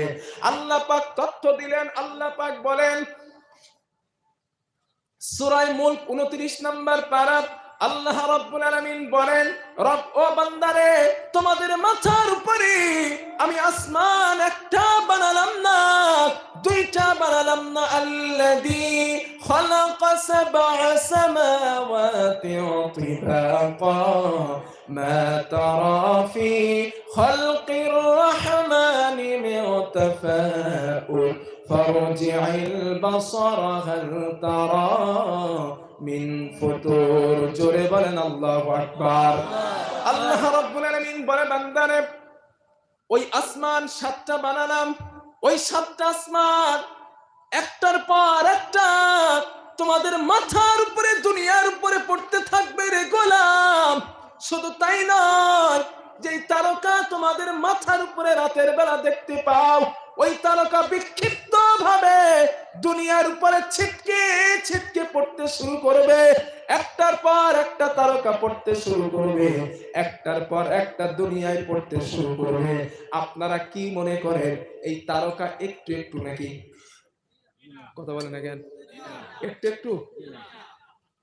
কত বড় জানেন তারকা? এই পৃথিবী থেকে 13 লক্ষ গুণ বড় সূর্য। এই সূর্য থেকে সব থেকে কাছের যে তারকা, ওই তারকাটার নাম হচ্ছে প্রক্সিমা সেন্ট্রাই। ওই প্রক্সিমা সেন্ট্রাই যেই পৃথিবী থেকে সূর্য 13 লক্ষ গুণ বড়, ওই সূর্য থেকে প্রক্সিমা সেন্ট্রাই নামে তারকা 3 কোটি গুণ বড়। কত গুণ? 3 কোটি গুণ। ওর থেকে আরো আছে, বিটেলজিউস নামে একটা তারকা আছে, তার থেকে 2 কোটি গুণ বড়। তার থেকে আরো তারকা আছে আরো বড়, এর থেকে ব্ল্যাক হোল আরো বড়। বিজ্ঞানীরা বলেন যেই তারকা সূর্য থেকে কয়েক কোটি গুণ বড়, কয়েক হাজার কোটি গুণ বড়, ওই তারকা যদি ঘুরতে ঘুরতে ব্ল্যাক হোলের রেঞ্জের কাছে চলে যায়, বাচ্চারা মুখের ভিতরে চকলেট দিলে যেমন চুষে খেয়ে ফেলে, বিজ্ঞানীরা বলেন ওই তারকাগুলোকে ব্ল্যাক হোল তেমন চুষে খেয়ে ফেলে। তাও সুবহানাল্লাহ বলবেন না? বিজ্ঞানীরা ওটার নাম দিয়েছে ব্ল্যাক হোল, অন্ধকূপ। আর আল্লাহ নাম দিয়েছেন ফালা উকসিমু বিমা ওয়াকিআন নুজুম। শপথ করছি সেই জায়গার যেখানে তারকা সমূহ নিপতিত হয়। আল্লাহ নাম দিয়েছেন মাওয়াকিআন নুজুম, আর বিজ্ঞান নাম দিয়েছে ব্ল্যাক হোল। ভাই এখানে একটা কমন একটা সেন্সের একটা মজার তথ্য দেই, দেখেন একটা মজার তথ্য নেন। আমি আর আপনি এখানে যে বসে, আপনাদের এই এলাকাটার নাম কি ভাইয়া? রাজ্যসরপুর। এই রাজ্যসরপুর গ্রামের ভিতরে আমি আপনি একটা মানুষ। আপনার থেকে এই রাজ্যসরপুর গ্রামটা বড়, ঠিক কিনা? রাজ্যসরপুর গ্রামের থেকে আপনার আসাম রাজ্যটা বড়। আসাম রাজ্য থেকে আপনার ভারতবর্ষ বড়। ভারতবর্ষ থেকে পৃথিবীর অন্য দেশ বড়। অন্য দেশের থেকে টোটাল পৃথিবীটা বড়। পৃথিবীর থেকে সূর্য 13 লক্ষ গুণ বড়। ওই সূর্য থেকে তারকা আরো বড়, সেই তারকার থেকে আর একটা তারকা আরো বড়, ওর থেকে ব্ল্যাক হোল বড়, ঠিক কিনা? এইবার হিসাবটা করেন, মজার তথ্য ভাই। ব্ল্যাক হোল তারকা, সূর্যের আগের তারকা প্রক্সিমা সেন্ট্রাই, এরপরে সূর্য, সূর্যের পরে আসমান, আসমানের পরে পৃথিবী, পৃথিবীর ভিতরে ভারত, ভারতের ভিতরে আসাম রাজ্য, আসাম রাজ্যের ভিতরে রাজ্য শেরপুর, আর রাজ্য শেরপুরের ভিতরে আপনি একজন সলিমুদ্দিন, ঠিক কিনা বলেন? তাহলে আসমান সূর্য চন্দ্র এর তুলনায় কিন্তু আপনি নেই। বলো, আপনি আছেন? আছেন আপনি? আপনি আমি নেই। আবার এই মানুষ বলে হাং করেঙ্গা তাং করেঙ্গা লাঠি কে আন্দার মুগুর ভরেঙ্গা। হাই রে ক্ষমতা আছে না? ক্ষমতা দেখাই। ভাই একটা গল্প মনে পড়লো। এক লোক ব্যাংকে টাকা তুলতে গিয়েছে। টাকা তুলতে গিয়ে ওনার সামনে যেই লোকটা টাকা তুলবে উনি তুলবে 50 লাখ টাকা, আর ওনার পিছনে যিনি তুলবেন তিনি তুলবেন 5,000 টাকা। এখন চেকের ভিতরে ওই সামনের লোকটা লিখেছে 50 লক্ষ টাকা মাত্র। এখন পিছনে যে 5,000 টাকা তুলবে ও চিন্তা করতেছে, আল্লাহ আমি কি লিখবো? 50 লাখ টাকা যদি মাত্র হয়, আমি 5,000 টাকা আমি কি লিখবো? এখন ও লোক 50 লাখ টাকা তুলে চলে গেছে। এখন পিছনে যে লোক 5,000 টাকা তুলবে উনি ওনার চেকের ভিতরে লিখেছে 5,000 টাকা নাই। বুঝতে পারছেন? 5,000 টাকা নাই। এখন যিনি ম্যানেজার ওনার কাছে চেকটা দিয়েছে, ম্যানেজার হাতে নিয়ে চিন্তা করতেছে, আল্লাহ জীবনে এত লোকের সঙ্গে টাকা ট্রানজাকশন করলাম, লেনদেন করলাম, কিন্তু এমন লেখা তো কেউ লেখে নেই। কেন অনলি একটা শব্দ আছে না, অনলি, মাত্র। এখন ওই ম্যানেজার সাহেব ওনাকে জিজ্ঞাসা করছে, ভাই আপনি এটা কি লিখলেন, 5,000 টাকা নাই, আপনার চেক বাতিল। বলছে, স্যার বাতিল করার আগে আমার একটা কথা শোনেন। ওই কি? তো বলছে, স্যার আমি দেখলাম আমার আগে যেই লোকটা 50 লাখ টাকা তুলেছে, উনি ওনার চেকের ভিতরে লিখেছে 50 লাখ টাকা মাত্র। এখন আপনি বলেন 50 লাখ যদি মাত্র হয়, আমার 5,000 কি হবে? এই জন্য আমি লিখলাম 5,000 টাকা নাই। ও মানুষ, ব্ল্যাক হোল, ব্ল্যাক হোলের থেকে তারকা, তারকার থেকে সূর্য, সূর্য থেকে আসমান, আসমান থেকে চন্দ্র, চন্দ্র থেকে পৃথিবী, পৃথিবীর ভিতরে একটা ভারতবর্ষ, ভারতবর্ষের ভিতরে আপনার আসাম রাজ্য, আসাম রাজ্যের ভিতরে আপনার এই রাজ্য শেরপুর, এই রাজ্য শেরপুরের ভিতরে আপনি একজন সলিমদ্দি। বুকে হাত দিয়ে বলেন, পৃথিবীর তুলনায়, ব্ল্যাক হোলের তুলনায় আপনি নাই। ঠিক কিনা? এরপরেও কত কি করতেছি আমরা। হায়রে মানুষ, রঙিন ফানুস, দম ফুরাইলে সব শেষ। ঠিক কিনা? আমার বক্তব্য বুঝতে পারতেছেন তো? কিছু পাইতেছেন না? রব্বুল আলামিন বলে, বান্দা শোনো, এই চন্দ্র থাকবে না, চন্দ্র তারকা থাকবে না, তারকা বিক্ষিপ্ত ভাবে জমিনে ছিটকে পড়বে, তারকাগুলো ছিটকে পড়বে দুনিয়ার উপরে, সমুদ্রের পানিগুলো উচ্ছ্বাসিত হয়ে যাবে এবং কবরের মাটির নিচে যা কিছু রয়েছে, মাটির সবগুলো বান্দা বার করে দেবে। আল্লাহ বলে, মানুষ শুধু তাই নয়, আমি আপনাদের আসাম রাজ্যে ঢোকার পরে বিরাট বড় বড় পাহাড়গুলো দেখতে পেলাম, বড় বড় পাহাড়গুলো আমি দেখলাম। আল্লাহ বলে, মানুষ পাহাড়গুলো কেন বানিয়েছে জানো? ওয়াল জিবালা আওতাদা, জমিন যেন তোমাদের নিয়ে হেলাধুলা করতে না পারে, এই জন্য পাহাড়কে পেরেকের মতো গেড়ে দিয়েছি। জোরে জোরে বলেন সুবহানাল্লাহ। আল্লাহ বলে, মানুষ এই পাহাড় কিয়ামতের আগে, কিয়ামতের আগে এই পাহাড় থাকবে না। ওয়াহুমিলাতিল আরদু ওয়াল জিবালু ফাদুক্কাতা দাক্কাতাও ওয়াহিদা। আল্লাহ বলেন, এই পাহাড় থাকবে না, জমিন আর পাহাড়ের ভিতরে আমি রব্বুল আলামিন একটা সংঘর্ষ লাগিয়ে দেব, একটা ঘর্ষণ লাগিয়ে দেব। এই ঘর্ষণ লাগানোর কারণে বিরাট বড় বড় পাহাড়গুলো, বিরাট বড় বড় পাহাড়গুলো তুলোর মতো উঠতে থাকবে, মরিচিকায় পরিণত হবে। আল্লাহ বলে, ও বান্দা না, বান্দা না, দুনিয়ায় প্রচন্ড ভূমিকম্পন সৃষ্টি হয়ে যাবে। আল্লাহ বলে, বান্দা অবস্থা কেমন হবে শোনো। ইযা যুলজিলাতিল আরদু জিলজালাহা ওয়া আখরাজাতিল আরদু আথকালাহা ওয়া ক্বালাল ইনসানু মা লাহা ইয়াওমাইযিন তুহাদ্দিসু আখবারাহা বিআন্না রাব্বাকা আওহা লাহা। জোরে বলেন আল্লাহু আকবার।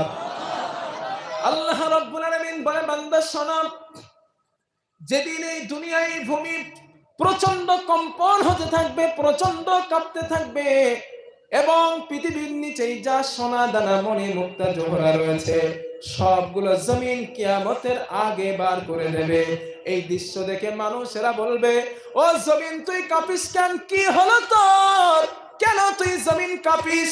আল্লাহর পক্ষ থেকে আওয়াজ দেওয়া হবে, বিআন্না রাব্বাকা আওহা লাহা, আমার রবের অর্ডার হয়ে গিয়েছে, আমার আল্লাহর হুকুম হয়ে গিয়েছে, এই জন্য আমি দুনিয়া কাঁপি, এই জন্য আমি দুনিয়ার কম্পন শুরু হয়ে গিয়েছে।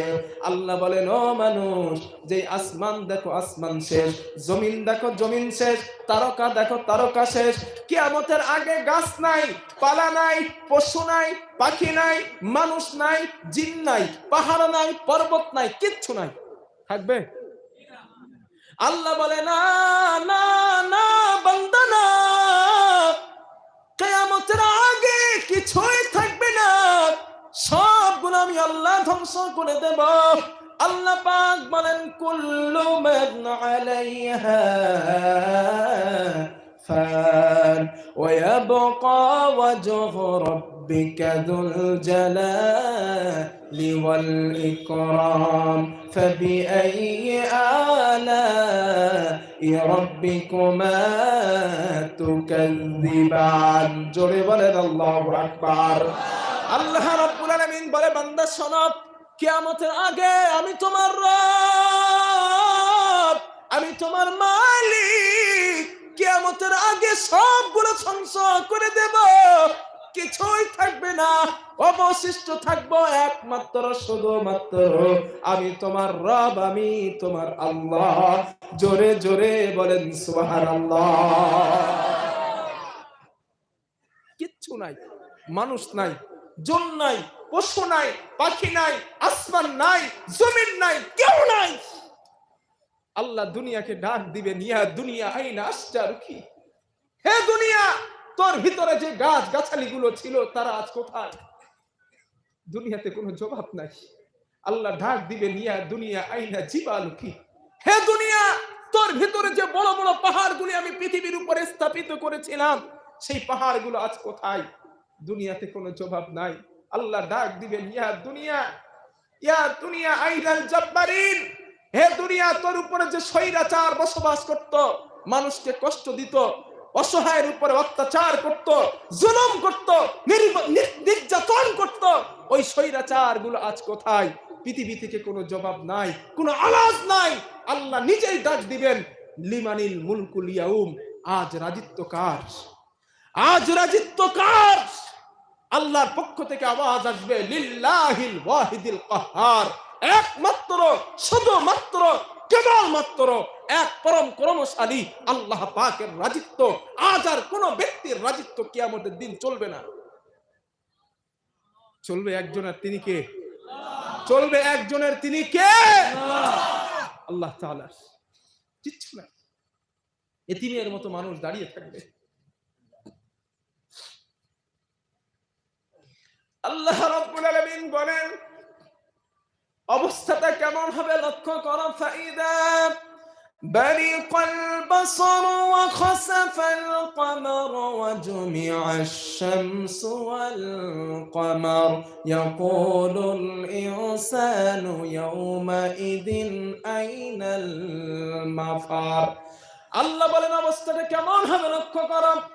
সূর্য তার আলো হারিয়ে ফেলবে, চন্দ্র তার আলো হারিয়ে ফেলবে, চন্দ্র এবং সূর্য একাকার হয়ে যাবে। এই দৃশ্য দেখার পরে মানুষের চক্ষুখানা ছানি পড়া হয়ে যাবে, মানুষ পাগলের মতো দৌড়াতে থাকবে। আর মানুষের মুখের আওয়াজ হবে, পালাবো কোথায়, আজ ভাগবো কোথায়? আল্লাহ ডাক দিবেন, কাল্লা লা ওয়াজার, ও মানুষ আজ পালানোর কোনো জায়গা নাই, ভাগবার কোনো জায়গা নাই। ইলা রাব্বিকা ইয়াওমা ইদিনিল মুস্তাকার, তোমার রবের আশ্রয় ছাড়া আজ আর কোনো আশ্রয় নাই। তোমার রবের জায়গা ছাড়া কোনো জায়গা নাই। পৃথিবীর জমিনে এক দেশ থেকে আরেক দেশে গিয়ে বসবাস করতে পেরেছো, পৃথিবীর জমিনে একটা জায়গা থেকে আরেকটা জায়গায় গিয়ে থাকতে পেরেছো? না না না বান্দা না, কিয়ামতের দিন যাওয়ার কোনো তোমার জায়গা নাই, পালানোর কোনো জায়গা নাই। তোমার আল্লাহর আশ্রয় ছাড়া কিয়ামতের দিন আর কোনো আশ্রয় নাই। আমার ভাইরা, যেই সূর্য আজ আমাদের তাপ দেয়, এই সূর্যের তাপ কিয়ামতের দিন এতটা কম হবে না। আল্লাহর নবী বলেন, কিয়ামতের দিন আল্লাহ সূর্যকে ডাক দিয়ে বলবেন, ইয়া শামসি হাররিক আলাইকি, ও সূর্য তোর সমস্ত তাপ তুই জমিনে ছেড়ে দে। সমস্ত তাপ সূর্য জমিনে ছেড়ে দেবে। আল্লাহর নবী বলেন, সূর্যের তাপ ছেড়ে দেওয়ার কারণে হাসরের ময়দানের মাটিটা তামায় পরিণত হয়ে যাবে। গুনাহগারের মাথার ঘেনুখানা টকবক টকবক করে ফুটতে থাকবে। আল্লাহর নবী বলেন, শুধু তাই নয়, গোনার কারণে কোন মানুষ হাঁটু পর্যন্ত ঘামের কারণে বুড়ে যাবে, কোন মানুষ কোমর পর্যন্ত বুড়ে যাবে, কোন মানুষ গলা পর্যন্ত বুড়ে যাবে। আল্লাহর নবী বলেন কোন মানুষ ঘামের কারণে হাবুডুবু খেতে থাকবে। আল্লাহর নবী বলেন বান্দা ও আমার উম্মতেরা, এই জন্য আমার রব আমার আল্লাহ ওই কিয়ামতের মাঠ সম্পর্কে আমাকে বলেছেন, ও নবী আপনি পৃথিবীর মানুষকে সতর্ক করুন, ওয়াআযিরুহুম ইয়াওমাল আযিফাতি ইযিল কুলুবু লাদাল হানাদিরি কাযিমিন। ও নবী আপনি মানুষকে সতর্ক করুন, আপনি মানুষকে ভয় দেখান গো নবী। ওই দিনের যেই দিন ভয়ের কারণে চিন্তায় মানুষের কলিজা খানা মুখের কাছে চলে আসবে গো নবী। ফাকাইফা তাত্তাকুনা ইন কাফারতুম ইয়াওমান ইয়াজআলু বিলদানা শিবা। ও নবী আপনি মানুষকে সতর্ক করুন ওই দিনের যেই দিন চিন্তায় ভয়ের কারণে যুবক ছেলেগুলো বৃদ্ধায় পরিণত হয়ে যাবে, যুবক ছেলেগুলো বৃদ্ধায় পরিণত হবে, মানুষের মুখের ভাষা হবে ইয়া নাফসি ইয়া নাফসি ইয়া নাফসি, আমাকে বাঁচাও, আমার উপায় কি হবে? মুখের ভাষা হবে ইয়া নাফসি। আল্লাহর নবী বলেন, নবী আদম বলবেন ইয়া নাফসি, নবী মুসা বলবেন ইয়া নাফসি, নবী ঈসা বলবেন ইয়া নাফসি, নবী দাউদ বলবেন ইয়া নাফসি, সমস্ত নবীগণ থাকবেন ইয়া নাফসি ইয়া নাফসি। আমি নবী মুহাম্মদ রাসূলুল্লাহ আমার মুখের ভাষা হবে ইয়া উম্মতি ইয়া উম্মতি।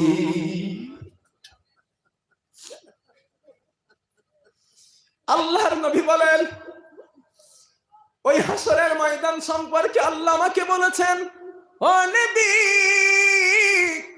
আপনি ওই দিনের মানুষকে ভয় দেখান, ওই দিনের কথা আপনি মানুষকে বলুন গো নবী। ইয়া আইয়ুহাল্লাযীনা আমানু তাকুল্লাহ, ও মানুষ আল্লাহকে ভয় করো আর ওই দিনকে ভয় করো। ইয়াউমা তারাউনাহা তাযহালু কুল্লু মুরদিআতিন আম্মা আরদাআত ওয়া তাদউ কুল্লু যাতিন হামলিন হামলাহা ওয়া তারান নাসা সুকারা ওয়া মা হুম বিসুকারা ولكن عذاب الله شديد।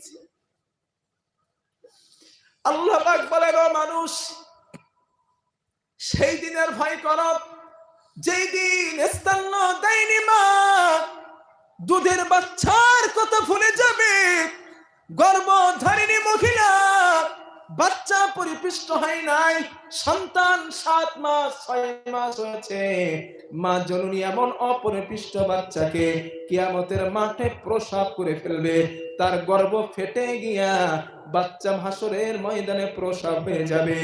ও মানুষ শুধু তাই নয়, ওয়াতারান নাস সুকারা, মানুষগুলোকে তোমরা দেখতে পাবে মানুষ যেন নেশাখোরের মতো অবস্থা হয়েছে, মদ পান করেছে।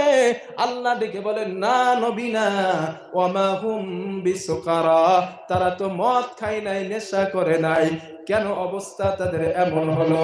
আল্লাহ ডাক দিয়ে বলেন, ওয়ালাকিন্না আযাবাল্লাহি শাদীদ।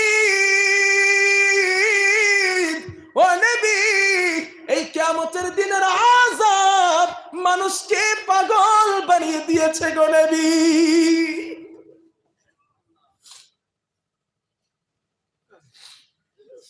আল্লাহর নবী বললেন, আয়েশা রে, বুখারী বর্ণনা, আল্লাহর নবী বললেন, সাহাবারা, ও আমার সাহাবারা, কিয়ামতের মাঠটা কতটা কঠিন জানো?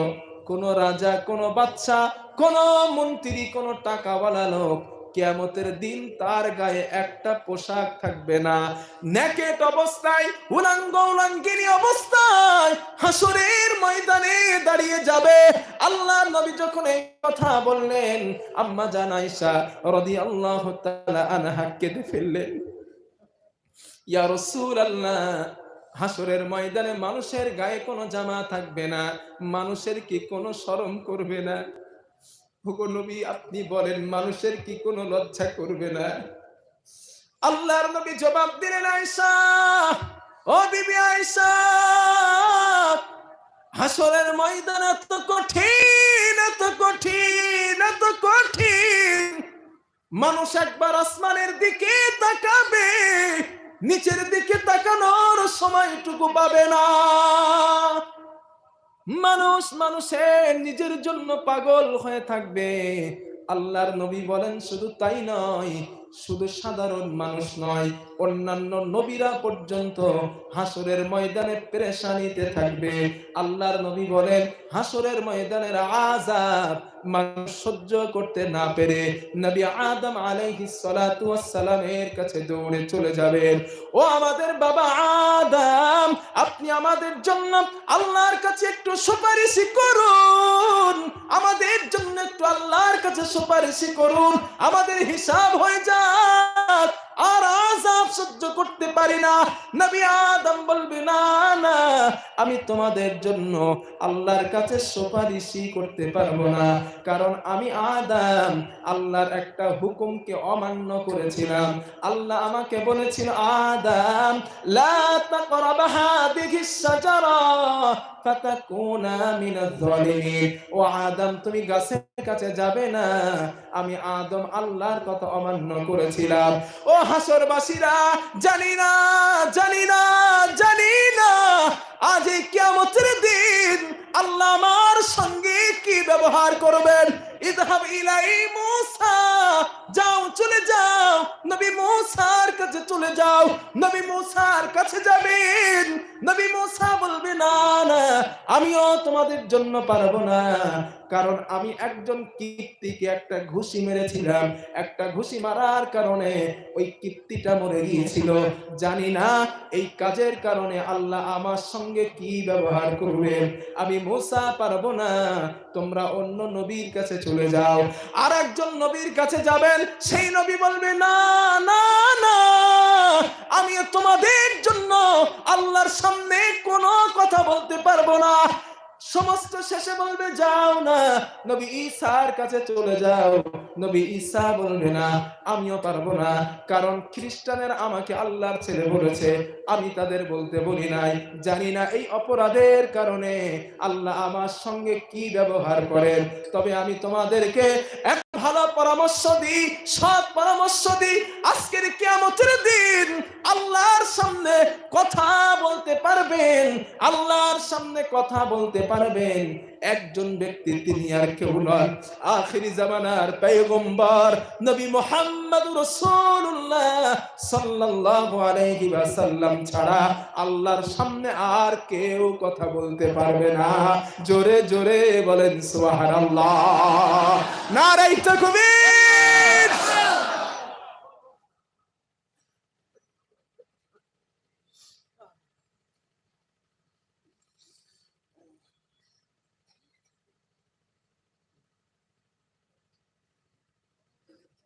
কবর, হাসর, জান্নাত ও জাহান্নাম কিয়ামতের আলামত। তা কি বলতেছি আমি এটা?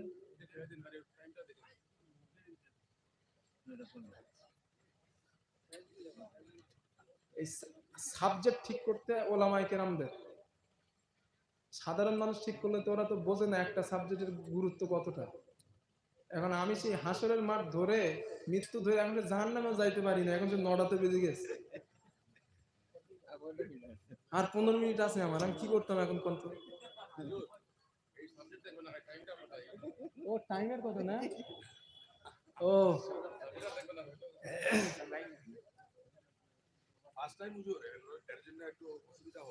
হ্যাঁ, জি জি, না ওটা কোনো অসুবিধা না, ওটা হতেই পারে, ওটা হতেই পারে। কিয়ামতের ময়দানে আল্লাহর সামনে প্রথম কথা বলবেন মুহাম্মদ সাল্লাল্লাহু আলাইহি ওয়াসাল্লাম। আল্লাহর নবী হাসরের ময়দানে উঠবেন, ওয়া ইয়াবকি ওয়া ইয়াকুল, আল্লাহর নবী হাসরের ময়দানে কাঁদতে কাঁদতে উঠবেন, জিবরাইলকে ডাক দিবেন, ইয়া জিবরিল আইনা উম্মতি, হে জিবরিল আমার উম্মত কই, আমার উম্মতগুলো কি জাহান্নামে চলে গেছে? হযরতে জিবরাইল বলবেন, বিইজ্জাতিকা ওয়া জালালি ইয়া রাসূলুল্লাহ মা শাকাল আরদা আহাদুন ইল্লা আনতা, হে আল্লাহর নবী আল্লাহর ইজ্জতের কসম করে বলছি, আল্লাহর জালালিয়াতের কসম করে বলছি, আপনি ব্যতীত হাসরের ময়দানে কেউ ওঠে নাই, আপনার একটা উম্মতও হারিয়ে যায় নাই। সুবহানাল্লাহ। হাদিসের বর্ণনা সময় শর্ট, সংক্ষেপে বলছি ভাই, একটু বুঝে নেন।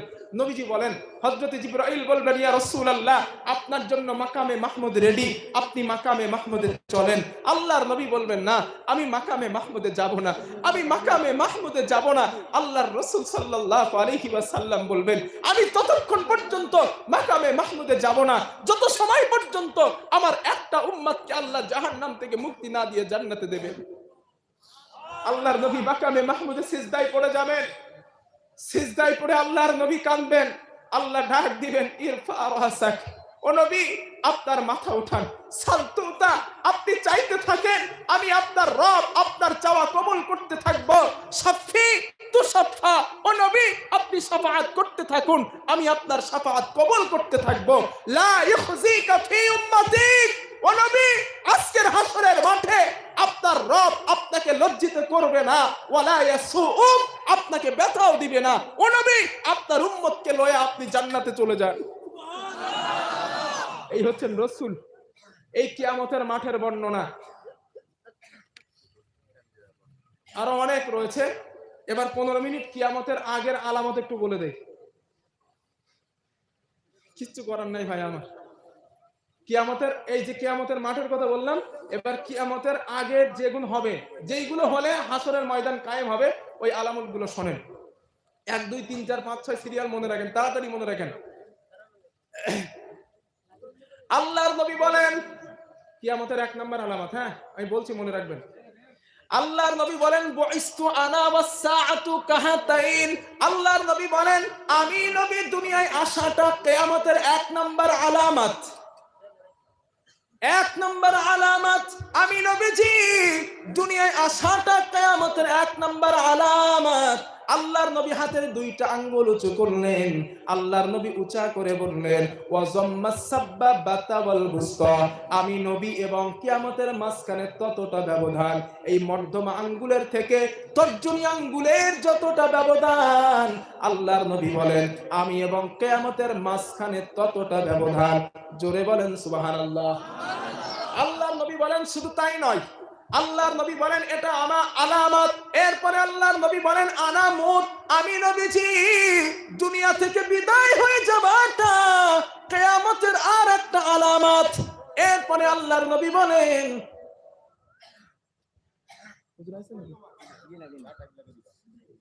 আপনারা শুনতেছেন? আপনি বাড়িয়ে দেন, বাড়িয়ে দেন, কোনো অসুবিধা নাই।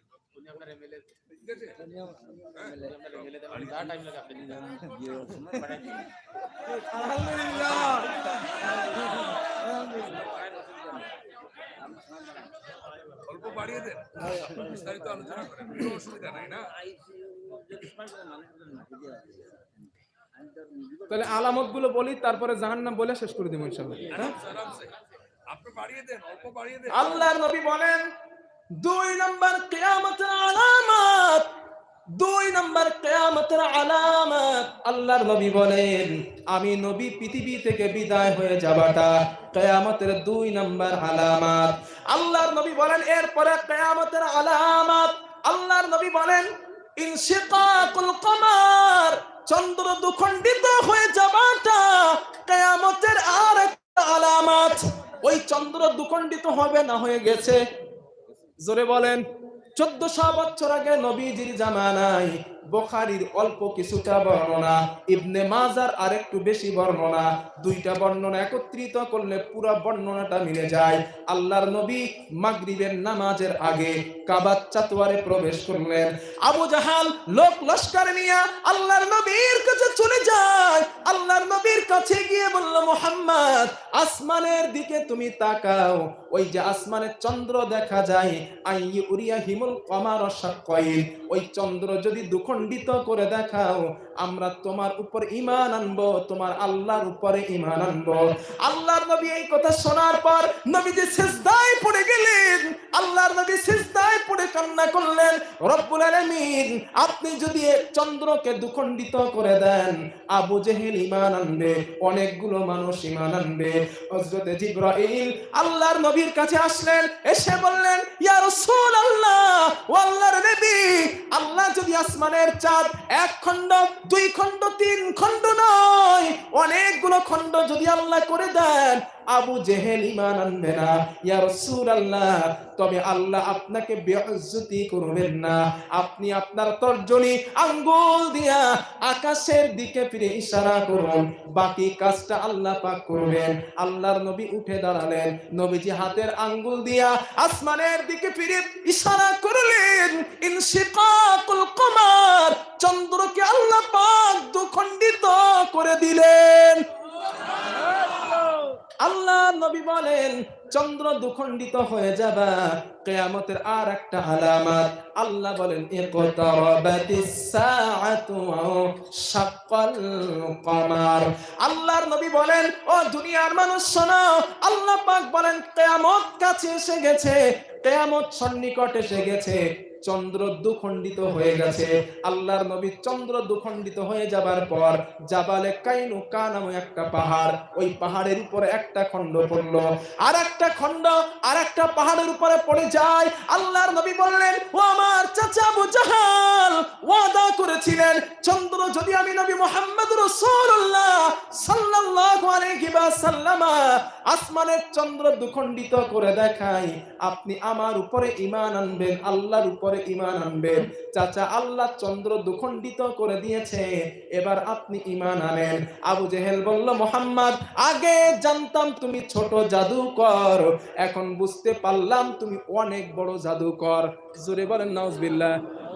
আল্লাহর নবী বললেন, না না ও চাচা, না, আমি নবীজি জাদুকর নই, কারণ মানুষের জাদু দুনিয়ায় চলে, পৃথিবীতে চলে, আসমানে চলে না, ঠিক কিনা?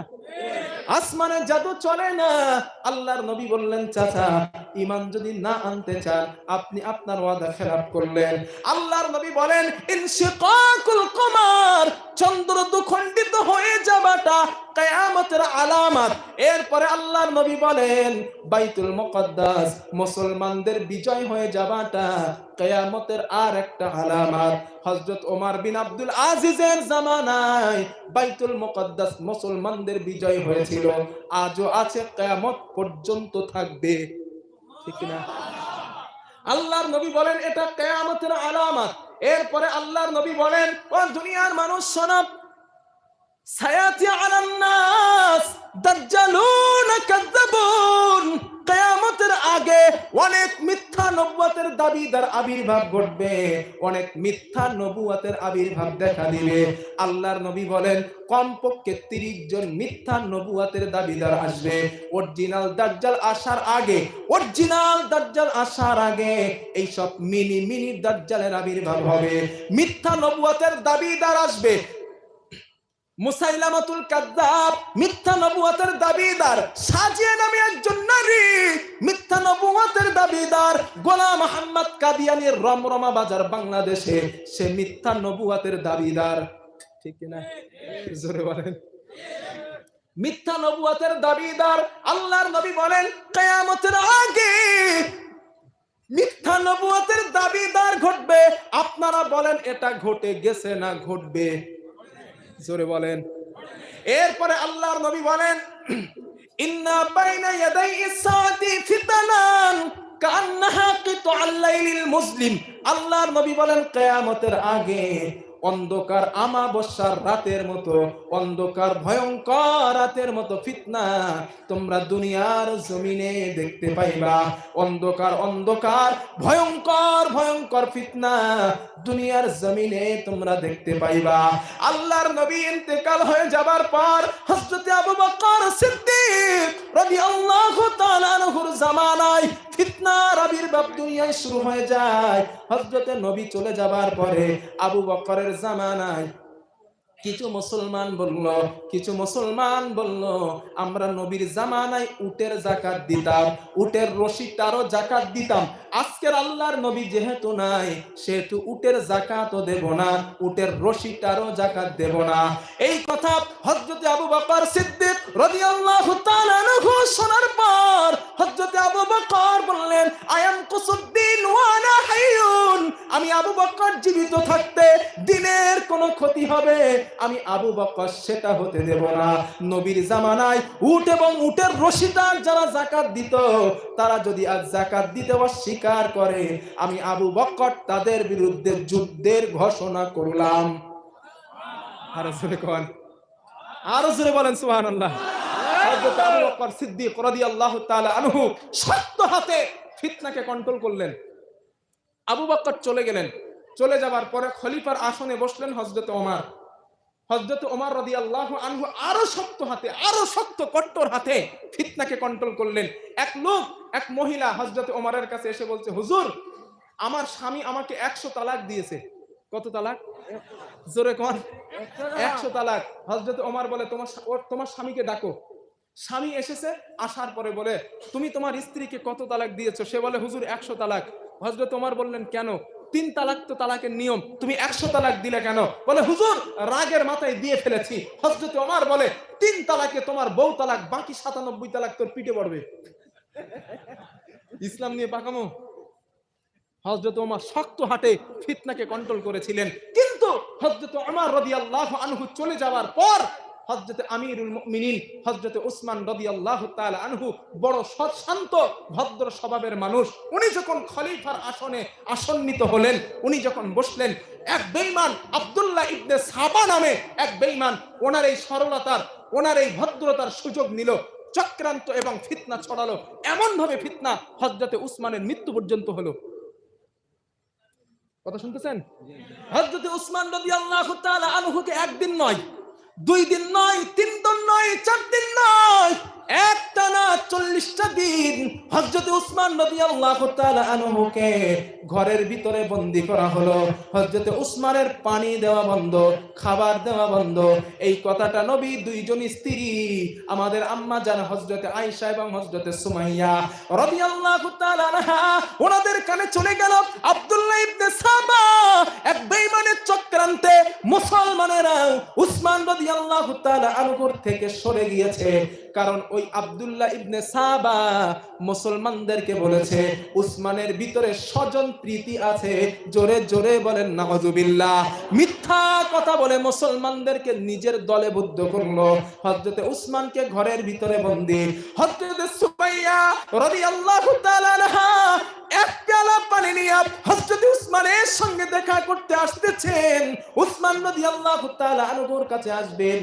বেঈমানেরা নবীর স্ত্রীকে পর্যন্ত ছাড় দেয় নাই। ওই বেঈমানেরা উম্মে সালেমাকে, সুমাইয়া রাদিয়াল্লাহু আনহাকে ধরলো। ও নবীর স্ত্রী, তোমার কাছে কোনো খাবার আছে? আমাদের আম্মা জান জবাব দিল, না, আমার কাছে কোনো খাবার নাই। জিজ্ঞাসা করা হলো, তোমার কাছে কোনো পানি আছে? উনি কোনো কথা বললেন না। ওই বেঈমানেরা বলল, যাও নবীর স্ত্রীকে মহিলা দিয়ে চেক করাও। আল্লাহর নবীকে মহিলা দিয়ে চেক করানো হলো। আল্লাহর নবীর স্ত্রীর কাছে পানির পেয়ালা পেল। ওই পানিটা কেড়ে নিয়ে বলল, যাও এবার উসমানের সঙ্গে দেখা করতে যাও। উসমানের কাছে এক টপ পানি নিয়ে যাবার কোনো অনুমতি নাই। হযরত সুমাইয়া রাদিয়াল্লাহু আনহা উসমানের সঙ্গে দেখা করলেন। দেখা করার পরে বললেন, উসমান একটুখানি অপেক্ষা করো, অবশ্যই অবশ্যই আল্লাহর মদদ তুমি পাইবা। হযরত উসমান একদিন নয়, একটানা 40টা দিন যখন হয়ে যায়, 40টা দিনের মাথায় হযরত উসমান রাদিয়াল্লাহু তাআলা আনহুর একজন স্ত্রী ছিল, যার নাম নাএলা। কি নাম? নাএলা। ওই নাএলা স্ত্রী বলল, স্বামী একটুখানি অপেক্ষা করুন, দেখি আপনার জন্য পানি আনতে পারি কিনা। ওই নাএলা চলে গেল, মুখের ভিতরে এক ঢোক পানি আনছে স্বামীর জন্য। হযরত উসমান রাদিয়াল্লাহু তাআলা আনহু ওই 40টা দিনের মাথায় নাএলা এক ঢোক পানি নিয়ে ঘরে ঢুকবেন। বেঈমানেরা দাঁড় করালো, ও নাএলা, কাছে কি কোনো খাবার আছে নাকি? নাএলা বলল, না। হাত নাড়া দিল, আমার কাছে কোনো খাবার নাই, ও না এলাকার কাছে কোনো পানি আছে কিনা। উনি চুপ থাকলেন, কথা বললেন না। একজন বৃদ্ধা বেঈমান বলল, যাও না এলার মুখের ভিতরে পানি আছে কিনা চেক কর। ও মুসলমান ইমানদার, একদল মানুষ হয় হোসেন বলে লাফায়। হযরত উসমান রাদিয়াল্লাহু আনহুর শাহাদাত, উসমান রাদিয়াল্লাহু আনহুর মৃত্যুটা এত সহজ ছিল না। হযরত হুসাইন রাদিয়াল্লাহু তাআলা আনহুর থেকে কোন অংশে কম ছিল না, কিন্তু কোন মানুষ তো হাই উসমান বলে লাফায় না। কারণটা কি? কথা বুঝতেছেন? কারণটা কি? কারণ দুইটা হতে পারে। একটা হলো ধর্মীয় শিক্ষার অভাব, দুইটা কারণ হতে পারে বেঈমানদের চক্রান্ত। ঠিক কিনা? 40টা দিনের মাথায় হযরতে নাইলা মুখের পানিটা ফেলে দিয়ে বলল, যাও যাও নাইলা, নিজের স্বামীর সঙ্গে দেখা করতে চলে যাও।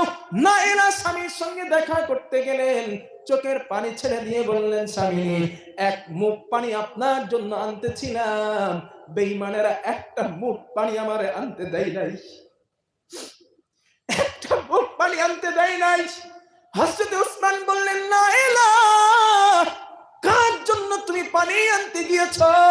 হযরত নাইলা বললেন, হুজুর আপনার জন্য পানি আনতে গিয়েছিলাম। হযরত উসমান বলল, না না এলা না, আমার জন্য পানি আনার কোনো দরকার নাই, কারণ আজকেরও নিয়ত করেছি আমি উসমান আজও রোজায় থাকবো। তবে ও না এলা, খুশির সংবাদ শোনো, ফজরের নামাজের পরে যখন ঘুমিয়ে গেলাম, নামাজের পরে যখন ঘুমিয়ে পড়লাম, নামাজের ঘুমের ভিতরে দেখতে পেলাম আল্লাহর নবীর সঙ্গে আমার সাক্ষাৎ হয়ে যায়। আল্লাহর নবী আমার মাথায় হাত দিয়ে বলে, উসমান সন্ধ্যা পর্যন্ত রোজাটা ধারণ করে দাও, মাগরিবের সময় আমি রাসূলুল্লাহ তোমাকে নিয়ে জান্নাতের ভিতর ইফতার করব। ও নাইলা, পানি আনার কোনো দরকার নাই, আমি বুঝতে পেরেছি আজ আমি শহীদ হয়ে যাব, বিন্দু মাত্র কোনো সন্দেহ নাই। বেঈমানেরা সবথেকে দুঃখের বিষয় হলো হযরত উসমান রাদিয়াল্লাহু তাআলা আনহুকে মারার জন্য সর্বপ্রথম যিনি আসলেন হযরত আবু বকর সিদ্দিক রাদিয়াল্লাহু আনহুর ছেলে মুহাম্মদ। সে কিন্তু পাক্কা ঈমানদার।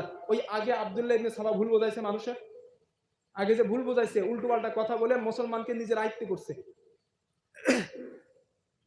হযরত মুহাম্মদ আবু বকর রাদিয়াল্লাহু আনহুর ছেলে। একটা বর্ণনা এসেছে হযরত উসমান রাদিয়াল্লাহু আনহুর দাড়ি ধরে টান মারছে ওই মুহাম্মদ। হযরত উসমান বলল, ভাতিজা আজকে তুমি আমারে মারতে আসলা, তোমার বাবা আবু বকর যদি জিন্দা থাকতো আমার পক্ষে নিয়ে তোমার বিরুদ্ধে তোমার বাবা লড়াই করত। এই কথা শোনার পর মুহাম্মদ দূরে চলে গেল। মুহাম্মদ দূরে চলে গেল। মুহাম্মদ বলল, হাই হাই আমি এটা কি করলাম, আমি আমার চাচাকে মারতে আসলাম। এই খবিসটার নাম মনে রাখেন, আবু হিমার, গাধার বাপ। ওই আবু হিমার হযরত উসমান রাদিয়াল্লাহু তাআলা আনহুর কলিজা বরাবর একটা বর্ষা কলিজা বরাবর মেরে দিল। হযরত উসমান রাদিয়াল্লাহু তাআলা আনহু পৃথিবী থেকে চিরজীবনের মতো বিদায় হয়ে গেলেন। হযরত উসমান রাদিয়াল্লাহু আনহুর শরীরের রক্ত সূরা বাকারার 137 নম্বর আয়াতে লেগে যায়। উলামায়ে কেরাম বলেন, কিয়ামতের দিন অনেক শাহাদাত, অনেক শহীদ ব্যক্তির সাক্ষী দিবে তার তরবারি, অনেক ব্যক্তির সাক্ষী দিবে তার গায়ের জামা।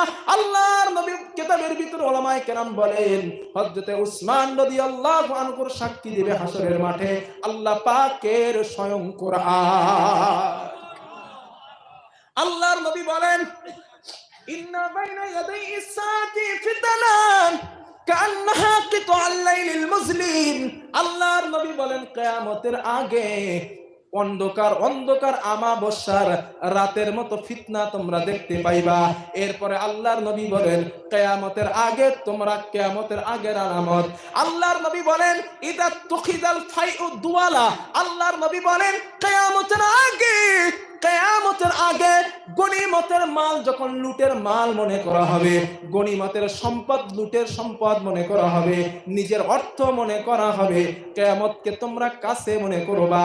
আল্লাহর নবী এরপরে বলেন, আল্লাহর নবী বলেন ওয়াল আমানাতু মাগনামান, আমানতের খেয়ানত করা হবে। আল্লাহর নবী বলেন তখন কিয়ামতকে তোমরা কাছে মনে করবা। সাহাবারা জিজ্ঞাসা করলেন ইয়া রাসূলুল্লাহ, আমানতের খেয়ানত বলতে আপনি কি বোঝান? আল্লাহর নবী বললেন অযোগ্য ব্যক্তিকে যোগ্য জায়গায় বসানোটা আমানতের খেয়ানত। মসজিদের সেক্রেটারি ঘুষ করা সুদখোর আছে না নাই? এটা কিয়ামতের আলামত। আল্লাহর নবী বলেন ওয়াল আমানাতু মাগনামান, আমানতের খেয়ানত করা হবে কিয়ামতের আগে, তোমরা তখন কিয়ামতকে কাছে মনে করবা। আল্লাহর নবী এরপরে বলেন ওয়াজ যাকাতু মাগরামা, যাকাত দেওয়া ধনী মানুষ ঋণ মনে করবে। ধনী মানুষ ব্যাংকে 10 কোটি টাকা আছে, ও মনে করবে আমি যাকাত দিলে 1 লাখ 10 লাখ টাকা কমে যাবে, এই জন্য সে যাকাত দিতে চাইবে না। আল্লাহর নবী বলেন এই জামানা যখন তোমাদের সামনে চলে আসবে, কিয়ামতকে তোমরা কাছে মনে করবা। আপনারা বলেন এটা আসবে না এসে গেছে? জোরে কোন? এরপরে আল্লাহর নবী বলেন ওয়াতুল্লিমা লিগাইরিদ্দিন, মানুষ দিন অর্জন করবে বড়দিন প্রচার করার জন্য। এখন বড়দিন প্রচার হয় এই ইউটিউবে, ঠিক কি না? শুধু বুখারী শরীফটা পড়বে, পড়ে এসে বলবে হুজুর আপনি নাভির উপরে নাভির নিচে হাত বাঁধেন কেন? এই হাত বাঁধা তো বুখারীতে নাই। আপনি বুকের উপরে হাত বাঁধেন, বুখারীর ভিতরে বুকের উপরে হাত বাঁধার কথা। বাকি 5 কিতাব পড়বে না, শুধু বুখারী শরীফটা পড়ে মানুষের মাঝে ফিতনা লাগাইবে। আল্লাহর নবী 1400 বছর আগে বলেছেন ওয়াতুল্লিমা লিগাইরিদ্দিন, মানুষ দিন অর্জন করবে আর একটা ফিতনা লাগানোর জন্য। আপনারা বলেন এই ফিতনা আছে না নাই? আরো জোরে বলেন। হুজুর আপনি আস্তে আমিন বলেন কেন, জোরে বলতে পারেন না? আছে না নাই? যত মাথা ফাটাফাটি, যত মারামারি, যত কোপাকুপি সব এই জোরে আমিন আস্তে আমিন, বুকের উপরে হাত বাঁধবো না নামিন নিচে, এইগুলা নিয়েই। ঠিক বলছি না ভুল বলছি? জোরে বলেন। আল্লাহর নবী 1400 বছর আগে বলেন ওয়াতুল্লিমা লিগাইরিদ্দিন, মানুষ দিন অর্জন করবে আর একটা ফিতনা লাগানোর জন্য। আপনারা বলেন এই জামানা আসবে না অলরেডি এসে গেছে? আরো জোরে বলেন। আল্লাহর নবী বলেন এরপরে শোনো, আল্লাহর নবী বলেন ওয়াজারাতিল আসাতু ফিল মাসাজিদ, মসজিদের ভিতরে আওয়াজ বেড়ে যাবে, মসজিদের ভিতরে জোরে জোরে কথা বলা হবে। জুমার দিনে মসজিদের ভিতরে মিষ্টি দেওয়ার সময় জোরে কথা হয় না? হয় না? কথা বলেন না কে? জোরে কথা হবে। মসজিদের ভিতরে দুনিয়াদারি আলাপ বেড়ে যাবে, দোকানের লাভ লসের গল্প মসজিদে বসে করে, মেয়েটার বিয়ে হয়েছে মেয়ের বিয়ের গল্প মসজিদে বসে করে। আল্লাহর নবী বলেন কিয়ামতের আগে ওয়াজারাতিল আসাতু ফিল মাসাজিদ, মসজিদে কিয়ামতের আগে দুনিয়াদারি কথা বেড়ে যাবে, আওয়াজ বেড়ে যাবে। আপনারা বলেন এটা আসবে না অলরেডি এসে গেছে? মিলে যাচ্ছে তো আলামত? এরপর আল্লাহর নবী বলেন ওয়াজারাতিল কাইনাত ওয়াল মাআজিব, কিয়ামতের আগে ঢোল তবলা বেড়ে যাবে। ওয়াল মাআজিব, ঢোল তবলা বেড়ে যাবে, গান বাজনা নর্ত নতিকা বেড়ে যাবে। যুবক বন্ধুর মোবাইলে নর্ত নতিকা, কথা বলে না কেন? মোড়ে মোড়ে নর্ত নতিকা। আল্লাহর নবী বলেন কিয়ামতের আগে নর্ত নতিকার সংখ্যা বেড়ে যাবে, গান বাজনা বেড়ে যাবে, ঢোল তবলা বেড়ে যাবে। আপনারা বলেন এটা বাড়বে না অলরেডি বেড়ে গেছে? আরো জোরে বলেন। এরপরে আল্লাহর নবী বলেন, যুবক এটা ভালো করে শোনো, এটা আল্লাহর নবী বলেন ওয়াশুরবাতিল খুমুর, কিয়ামতের আগে মদ পান বেড়ে যাবে। মদ ফেন্সিডিল, মদ পান বেড়ে যাবে। মানে আপনার দিকের লোকেরা খায় না? সব তো আল্লাহর ওলি, খাবেন কি আপনারা? কিয়ামতের আগে মদ পান বেড়ে যাবে। মদের আলোচনাটা ভালো করে শোনেন, ভালো করে শোনেন। এখন তো বলবেন না যে হুজুর খাইলে তো, বললে তো ধরা পড়বে। আল্লাহর নবী বলেন কিয়ামতের আগে মদ পান বেড়ে যাবে। আল্লাহর নবী বলেন ওহুম ইয়াশরাবুনাল খামরা ওয়া ইয়াকুলুনাল মাইসারা।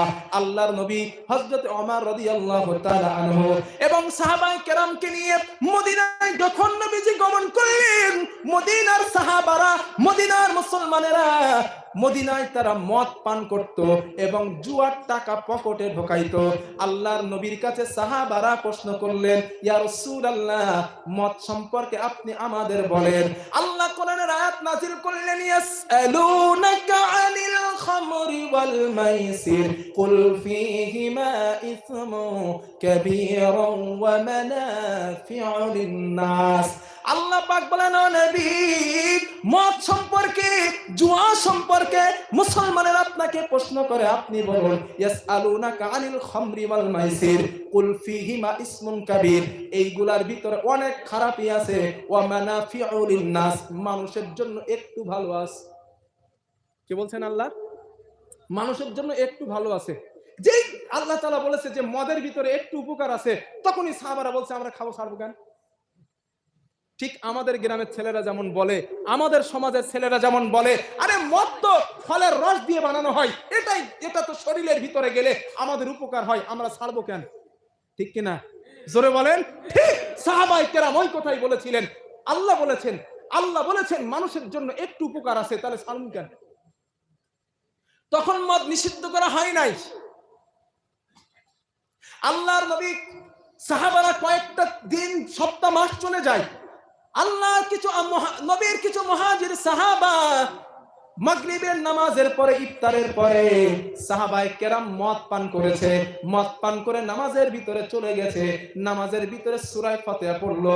যে ইমাম সাহেব ও মদ খাইছে, যে মুসল্লি তারাও খাইছে, মানে ইফতারের পরে এক টান করে মারছে, সব এক টান করে মাইরা নামাজে গেছে। মদ তো হারাম হয় নাই। ওই সাহাবা নামাজের ভিতরে পড়তে শুরু করলো, কুল ইয়া আইয়ুহাল কাফিরুন লা আ'বুদু মা তা'বুদুন, লাম বাদ দিয়ে পড়লো আ'বুদু মা তা'বুদুন, আমরা যার ইবাদত করি তোমরাও তার ইবাদত করো। ওয়ালা আনতুম আবিদুনা মা আ'বুদ ওয়ালা আনা আবিদু মা আবাদতুম, ওয়ালা বাদ দিয়ে আনতুম আবিদু মা আবাদতুম, আমরা যার পূজা করি তোমরাও তার পূজা করো। জোরে কান নাউজুবিল্লাহ। এই অবস্থা সব সাহাবার মধ্যে। নামাজের মধ্যে কি চলে রে? এগুলো কি হইছে? সব তো একটান করে মেরেছে, কেউ ঠিক পাচ্ছে না কি হচ্ছে। এই অবস্থা যখন সৃষ্টি হলো, রব্বুল আলামিন সাথে সাথে কোরআনের আয়াত নাযিল করলেন, ইয়া আইয়ুহাল্লাযীনা আমানু লা তাকরাবুস সালাতা ওয়া আনতুম সুকারা। আল্লাহ পাক বললেন, ও ঈমানদারেরা, ও সাহাবারা, ও মুসলমানেরা, তোমরা যখন নামাজের ধারে যাবা নেশা করবা না। সুবহানাল্লাহ কোন। সাহাবারা বললেন, আল্লাহ যখন নামাজে যাইতে বলছে তখন নেশা করতে মানা করছে, যখন নামাজে যাবো না তখন আমরা মদ পান করব। অনেক সাহাবা বললেন, আমরা রাতের বেলা যখন ঘুমাতে যাব তখন মদ খেয়ে ঘুমাবো, যেন ফজরের আগে মদের ঘোর কেটে যায়। মানে কৌশল করে খাইতেছে। ঠিক এইভাবে কয়েকটা মাস চলে গেল, কয়েকটা দিন চলে গেল।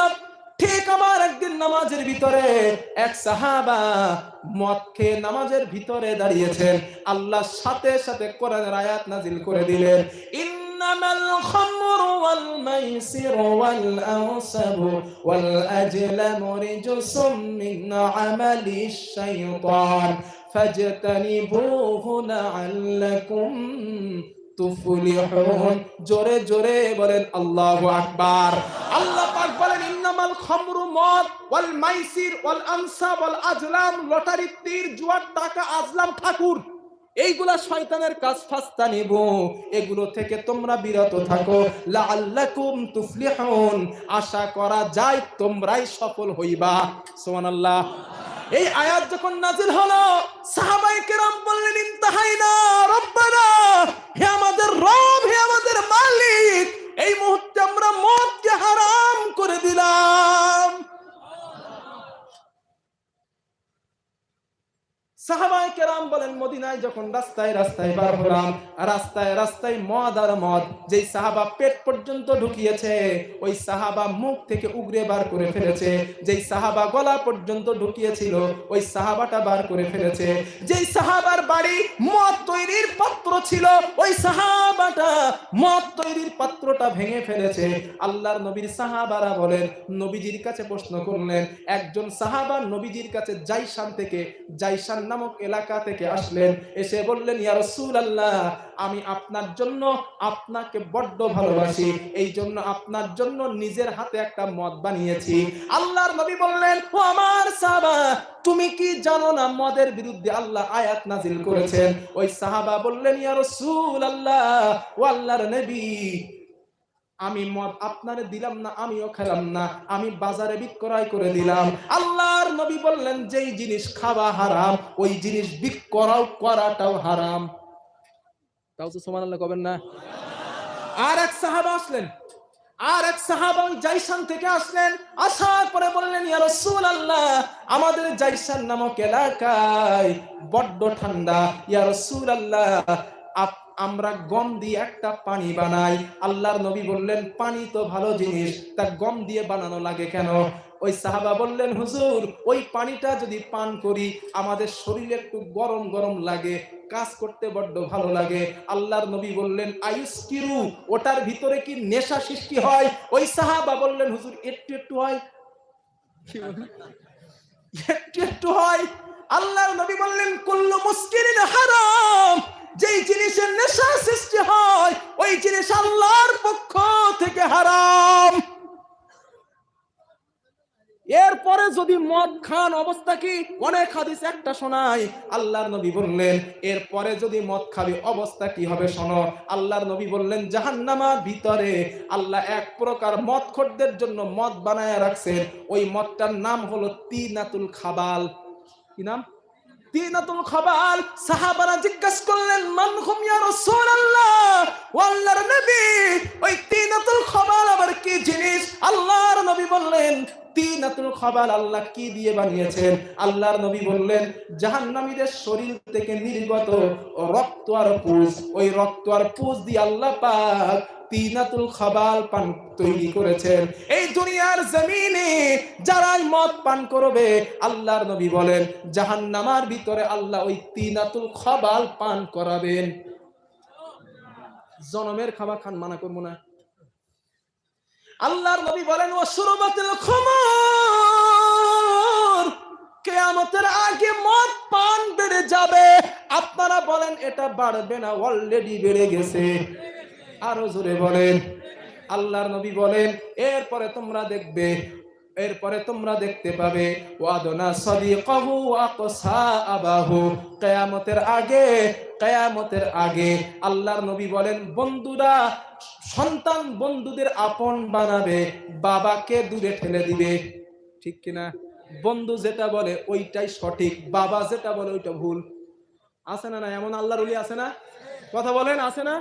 ও যুবক, এটা কিয়ামতের আলামত। তুমি তোমার বাবার বিরুদ্ধে যাচ্ছ, তুমি তোমার বন্ধুর পক্ষে নিচ্ছ। আল্লাহর নবী বলেন, ওয়াদনা সাদিকাহু ওয়া আকসা আবাহু, যখন তোমরা দেখবে সন্তান বন্ধুদের আপন বানাবে এবং বাবাকে দূরে ঠেলে দেবে, এটাই কিয়ামতের আলামত। তোমরা কিয়ামতকে তখন কাছে মনে করো। আপনারা বলেন, আসবে না, এসে গেছে। হ্যাঁ, যেই কথা বলিস এই কথা হবে না, হয়ে গেছে অলরেডি।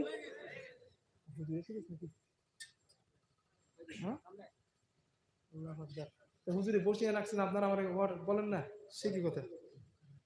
না আমি আর কথা বলবো না। হুজুর যেহেতু, আমি জীবনে বলি না ভাই, আর যেহেতু হাক্কানি ওলামায়ে কেরাম উনি জি ভাই, এই যে কথাগুলো বলছি, এই আলামত গুলো হয়ে গেছে তো? হয়ে গেছে তো? এরপরে অনেক বড় বড় আলামত আছে। খুরুজিনা মিনাল মাশরিক, পূর্ব দিক থেকে আগুনের গোলা বার হবে।